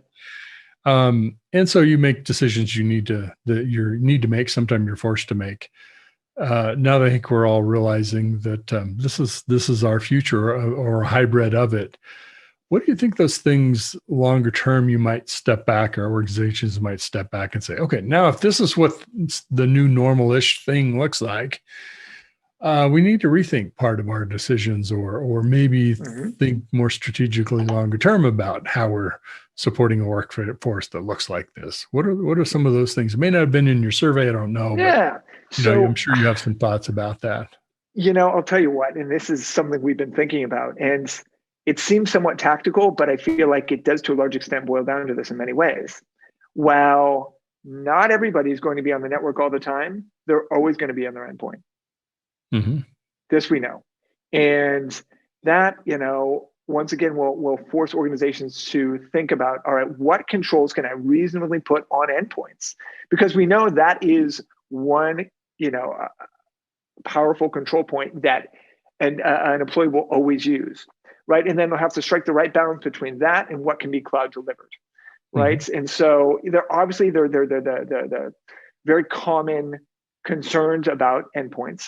Obviously, nobody wants to manage more agents. They don't want agent bloat or an agent that, we remember, endpoint security nightmares from 10 years ago where you go in the system tray and, a particular executable is at 40% of the CPU, right? So trying to figure out what endpoint controls can you put, on every endpoint to enhance visibility and security, and then what parts of that should be cloud delivered to make sure you're not taxing endpoints. So, I feel like that is something that, as we think about 2021 and some really, important considerations we'll have to bear in mind as this sort of hybrid work model takes hold, people will rethink, and I'm not saying we're going to cut the network entirely out of the equation. However, we'll rethink what can we do? And maybe, in the last 10 years, new technologies have come to market where you can do some interesting stuff on the endpoint and it doesn't, destroy productivity, and you're not going to light up the IT desk with, with calls about why is my laptop so slow, right? And then balancing that with, obviously there's tons of cloud delivered security tools that can support remote work. So I feel like people are going to have to really rethink the fact that, what is a network role versus what can we do on endpoints, since we know that is what employees are going to be on each and every day. Mm-hmm. It as you're talking, what it was making me think about is it's not really any longer, at least it wasn't already, but now it's accelerated because we've gone so much more to the cloud over the last 9 to 12 months. That has accelerated too. But you really think about it as a kind of three-legged stool, right? You're going to have your resources wherever they are, your corporate data center, your cloud or colo or whatever it might be, platform cloud provider. You have SaaS and other kinds of applications that aren't resident to you anyway, aren't part of your infrastructure. Then you have the office and the home networks, and those are kind of the devices that you're trying to manage through all of that interconnectivity, and probably increasingly a lot more home devices, certainly personal devices with cell phones or smartphones and tablets and things like that. It seems to me you kind of have to think of that as your fabric of what you're working from versus we're here today and we have this evolutionary plan of getting to the cloud. And yes, we're using some collaboration services or hosted email, but poof, now we've got, a lot more of that, a lot less of what's in our data center. Yep. So it's kind of a different way of thinking about the entire infrastructure and the fabric. It totally is. And you just said it, like with people working at home, and this goes back to what I just said, like the only control point you have at home is the laptop. That's it. Mm-hmm. Like you can't control anything else, right? And so that's why people are going to rethink, like, what can we do on laptops, on endpoints? Because that's the only place we can exert control. And then, of course, how does that fit into a broader cloud security, cloud strategy with cloud security strategy and sort of zero trust maybe across the whole board, right? You've got your sort of threat-centric stuff to hopefully stop like a piece of ransomware hitting an endpoint, and then zero trust controls behind that to stop it from spreading to both other laptops, if somebody is at the office, or God forbid, to other servers that they might be connected to. So it really is. I think it's accelerated how we think about things, but to a large extent, I think 2021 will be tough because we'll have to really make some tough decisions where, maybe the easiest thing to do was to ramp up the VPN, but is that really what you want your 2023, 24 to look like? Mm-hmm. Like we'll have to make these decisions because, again, you've said it, hybrid means a lot of people are going to be at home a lot of the time. And that's the same situation we're in today. And so I think we're going to have some tough conversations about what our security architecture looks like as we think about 2024. Yeah, maybe the VPN is moving into the cloud and then going to wherever as opposed to on-prem. One of the things you asked about in your survey, by the way, I was curious about why you asked about the MITRE attack framework. Yeah. Yep. Yeah, you asked about how many people were familiar with it, how many people are using that. What was your interest, or were you looking to learn about that? Yeah, so we think a lot, based on what we do, right? So there are threat-centric technologies mentioned; they're vitally important. It's your NGFW, the edge. If if we're talking about networks, it's what's happening and how you protect endpoints with next-gen AV and EDR, et cetera, email security, et cetera. And those tools are vital. And that's where you start, right? Security posture starts with those. However, I think we wanted to know to what extent organizations put all of their eggs in that threat-centric basket, right? And that means, God forbid, if something bad happens, are there controls behind that to stop a threat? Because we know another sort of reality we have to acknowledge is that attackers are always busy building the next big threat. Mm-hmm. And before they release it into the wild, what do? Well, they test it on, say, their underground virus total. So they know that they're guaranteeing infections, right? Because they will be able to invade XYZ endpoint security vendors, right, today. And that being the case, we wanted to know to a large extent, like, are organizations, do they assume breach, or are they just putting all their eggs in like, hey, our endpoint security's got it, like, I'm sure we're going to be fine? Or do they really realize that assuming breach is really actually sort of a vital assumption in security postures today? And so that was actually the thinking behind why we asked about the MITRE attack framework. And something that I think is compelling about the MITRE attack framework is sort of, we're familiar with the sort of, attack chain from, say, 10 years ago. And to a large extent, though, that relies upon ultimately stopping the threat. right? And sort of all these sort of phases of a threat and thinking about how we can stop it. MITRE, on the other hand, the attack framework, on the other hand, to a large extent assumes breach. Many of the steps and sort of the TTPs are assuming the fact that a bad person, the Russians, if they want in, Mitch, they're probably going to get in. Like, that's just the long and the short of it. They're already in, but yes. Well, exactly. So we just need to acknowledge that reality. And the MITRE framework, I think, goes a long way in doing that. With many, it's very, very explicit about the types of techniques and tactics attackers will use. And that being the case, we wanted to know, are security practitioners, are they A, familiar with it, given its utility? And B, if they are they actually using it to improve their security postures? Mm-hmm. And, the answers, we weren't sure, and this is sort of a hypothesis we wanted to look at. The answers are actually a little lower than we thought, candidly. And I think I've got the numbers here. 37% say that they are familiar with it. So a mere 37% have heard of it. And then 42% basically say that 42% of the 37% say they actually use it to inform their security. So that basically means 16% of the people we asked, Mitch, use the MITRE attack framework to think through their security posture and make it stronger. Pretty low. Which, it's not. We've seen SolarWinds. We've seen bad things are going to happen. We know this. Of course, we must start with threat-centric technology, but we have to backstop it with zero trust that assumes breach. We just feel like that's sensible. And judging from what we've seen, again, maybe security teams are busy supporting remote work, but unfortunately, that breach assumption isn't quite there yet, or at least accounted for in security postures. What is the security person's view of the world? There's two types of companies: those that have been breached and those that don't know they've been breached, right? Yeah. So, well, great. What's next for Illumio?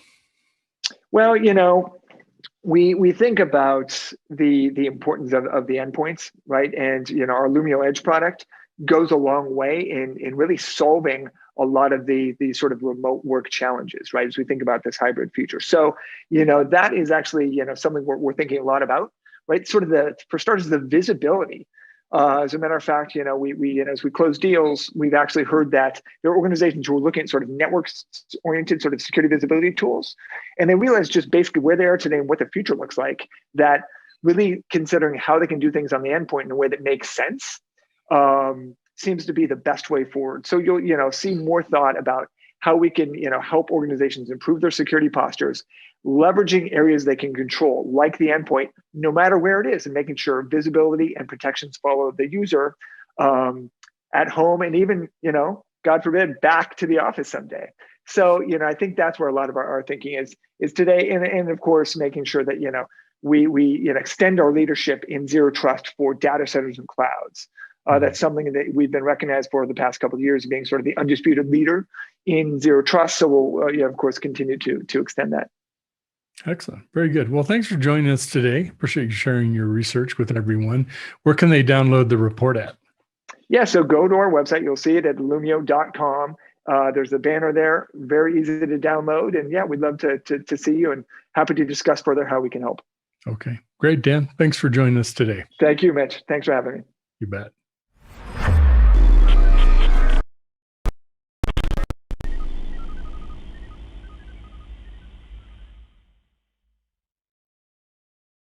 DevOps.com is the #1 online destination for DevOps education and community building. DevOps.com covers all aspects of DevOps, including DevOps best practices and tools, DevOps culture, DevSecOps, business impact, continuous testing, continuous delivery, and more. DevOps.com has the largest collection of original DevOps content, featuring breaking news, blog posts, podcasts, and more. Visit www.devops.com to learn more. DevOps.com, where the world meets DevOps.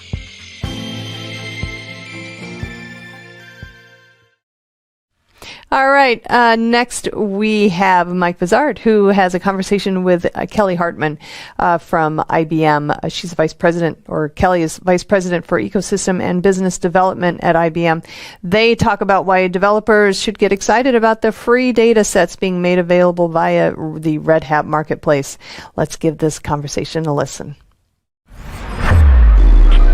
This is Digital Anarchist. All right, guys, thanks for the throw. We're here with Kelly Hartman, who is the Vice President for Ecosystems and Business Development at IBM. Kelly, welcome to the show. Thanks, Mike. Glad to be here. So you guys launched the Red Hat Marketplace last fall, and now you're adding public data sets, 120 or so of them. And my question to you is, who's going to use the public data sets, and am I paying for these things? And so what's the appeal, and how did data sets become part of an app marketplace? Sure. So you probably are familiar, the other cloud marketplaces have data sets as well. And it's really driven from developers who are asking for access to data so that they don't have to go to all the separate sites, whether it's, CDC we're seeing now so popular with, the COVID data, for example. And, they're asking for data that they can quickly build an application or add, content to their websites. Also there's a lot of use cases that you see where, data scientists and data and AI are needing data for their models. And so it's this great combination of, developers need access, even front-end developers nowadays need access to data that they can include. I mean, imagine building an app without, having transportation data, for some of the apps that we've seen up and coming recently. And so what you've seen over and over again is just developers are looking for this information. And then with the popularity of data and AI, data scientists needing data as well. And yes, the data sets are all free. So our phase one, we've added 122 free and public data sets. We include the license use directly. A lot of them are Creative Commons licenses, which is really important because as you're looking for data to leverage, especially if you are building applications, it's really important to know the use case for that data. So we make that all available through the marketplace. Cool. And how is the marketplace going? I think it's only been up and running for a handful of months now. So what's the progress report? It's going really well. We set out to build an enterprise marketplace. And so we knew from the beginning it was very important as part of our ecosystem strategy at IBM, and with our Red Hat acquisition, that we had a route to market for ISVs and working with our enterprise clients. And we're seeing that connection beautifully. We have, private offer capabilities, and we're seeing quite a few transactions through those capabilities with the enterprises directly. So that's been great for ISVs, seeing that business coming their way. In terms of, developers and other organic users, we've seen, there's OpenShift, Red Hat OpenShift has over 5,000 developers in their developer community. And the fact that Red Hat Marketplace is integrated in the OpenShift console, so they can go where previously they had to use only the free operators, right? Or had to use where they already had a license. Now they can actually go and get content straight from the marketplace through the OpenShift console. And so we're hearing really great feedback about that integration as well. All right, so you're taking a lot of the friction out of the equation. Absolutely. Where does the marketplace go from here? What's next on the agenda? Sounds great. So next on the agenda for us is global expansion. We want to make sure that we're out in all of the major regions where we have clients for IBM and Red Hat. And of course, a lot of our developers outside of the US as well. We will be expanding our data sets. So free and public data sets are our first stop. We would love to have paid data sets or other contributors come in and be able to add their data sets. And then, you might be familiar, we have the Red Hat Marketplace Select is our offering, which is a white labeled private version for enterprises to use to manage all of their software. And we're going to continue building features for Red Hat Marketplace Select as well. Are developers and data scientists hanging out on the marketplace, or is it still largely kind of a transaction? I go there, I get what I want, and then I leave? Or, are people finding each other and kind of starting to build something that feels like a relationship with somebody? Right. I would say a lot of that is happening through the OpenShift console and through OpenShift, right? So through all of the Red Hat properties is where you see a lot of these developers sharing ideas, the communities that are out there in existence. And what we're seeing is Red Hat Marketplace becomes a great answer to a lot of their questions when they're bouncing ideas or trying to figure out new and better ways to do things in a streamlined fashion. That's where Red Hat Marketplace comes into play. Mm-hmm. Do you think people are consuming more software because of the marketplace? Because it is that one click right there on OpenShift, and it's not really let me go call up my favorite system integrator and he'll send over 12 hostages and install some software for me kind of thing? Well, I would say we're still working with the SIs as well. They're finding this a great tool in their toolkit, especially like using the Red Hat Marketplace Select. But I think it is very freeing and great for the developers or users to be able to get that software. And again, I can't emphasize enough that OpenShift integration, being able to come either directly into the marketplace, or coming from OpenShift, gives them that ability to get software. So we are definitely seeing an increase in software sales from that. But also on the enterprise side as well, we're still, in those enterprise accounts, they like the simplicity. The feedback we've heard is, being able to complete a transaction to whether it's renewing software or acquiring new software, they absolutely love the private offer functionality. Do you think also that CIOs and those folks want to see how software is being consumed? Are you generating the reports that give them visibility into the marketplace that they might not otherwise have had? Or, and can we reduce this problem where people buy software and it sits on a proverbial shelf and never gets used? Yes, exactly. That is one of the main benefits and value propositions for our marketplace is the data that you get behind it. So it's not just about transacting software. It's about looking for ways to optimize that software, see what their developers are using. So, if they see developers using a specific software, that it becomes leverage for them to, to go back and renegotiate prices. So absolutely, I think the data behind what's happening in the marketplace is going to be key for us. Am I going to get a heads up that says I'm using X amount of software and I'm running out of licenses, and based on my current usage patterns, I should maybe go have that conversation you were just talking about? Yes. And again, that's a primary feature of our Red Hat Marketplace Select, is being able to provide all of that. So, if you think about solving one of the hybrid challenges, people tend to look at infrastructure, but software is a big part of the equation as well. You have licenses all over the place, right? And, across environments, across clouds, across, your on-prem servers. And so our ability to provide that data and intelligence, to know what's coming, what needs to be renewed, and give them a better way to do that is absolutely our goal. Do you think finance guys are beating up on IT guys to be more predictive about their costs as well? It seems to me in this downturn, CFOs are a little less forgiving about being wrong about how much money you may or may not be spending. I think that's where our marketplace is actually unique, because it's one thing to see, your spend and look for ways to optimize, but because our software allows you to deploy to your OpenShift clusters, you actually looking at the overall profile of the software that you have, that you need, that you're looking at, and the costs associated with it, you can now reduce some of the costs where you have duplication, where you're buying for the different, use cases across clouds. So you can buy your software once through Red Hat Marketplace and deploy it to any cloud or your on-prem environment through those OpenShift clusters.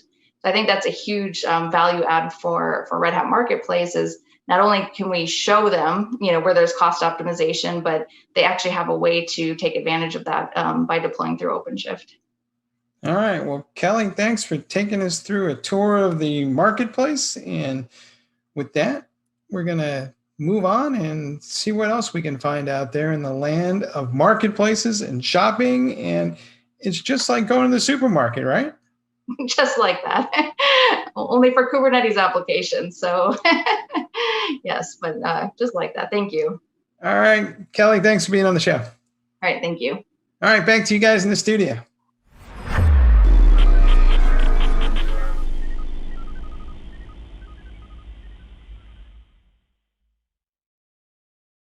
With the COVID-19 pandemic, it is important to protect yourself and others from spreading the virus. prevention and personal safety is key. Here are the top ways you can protect yourself and others. Wash your hands often with soap and water for at least 20 seconds. Avoid touching your face. Practice social distancing and avoid high-risk potential people. If you are showing symptoms, stay at home. If you must go out, wear a face mask. Always cover coughs and sneezes with a tissue or use the inside of your elbow. Clean and sanitize frequently touched surfaces daily. Together, we can prevent this pandemic.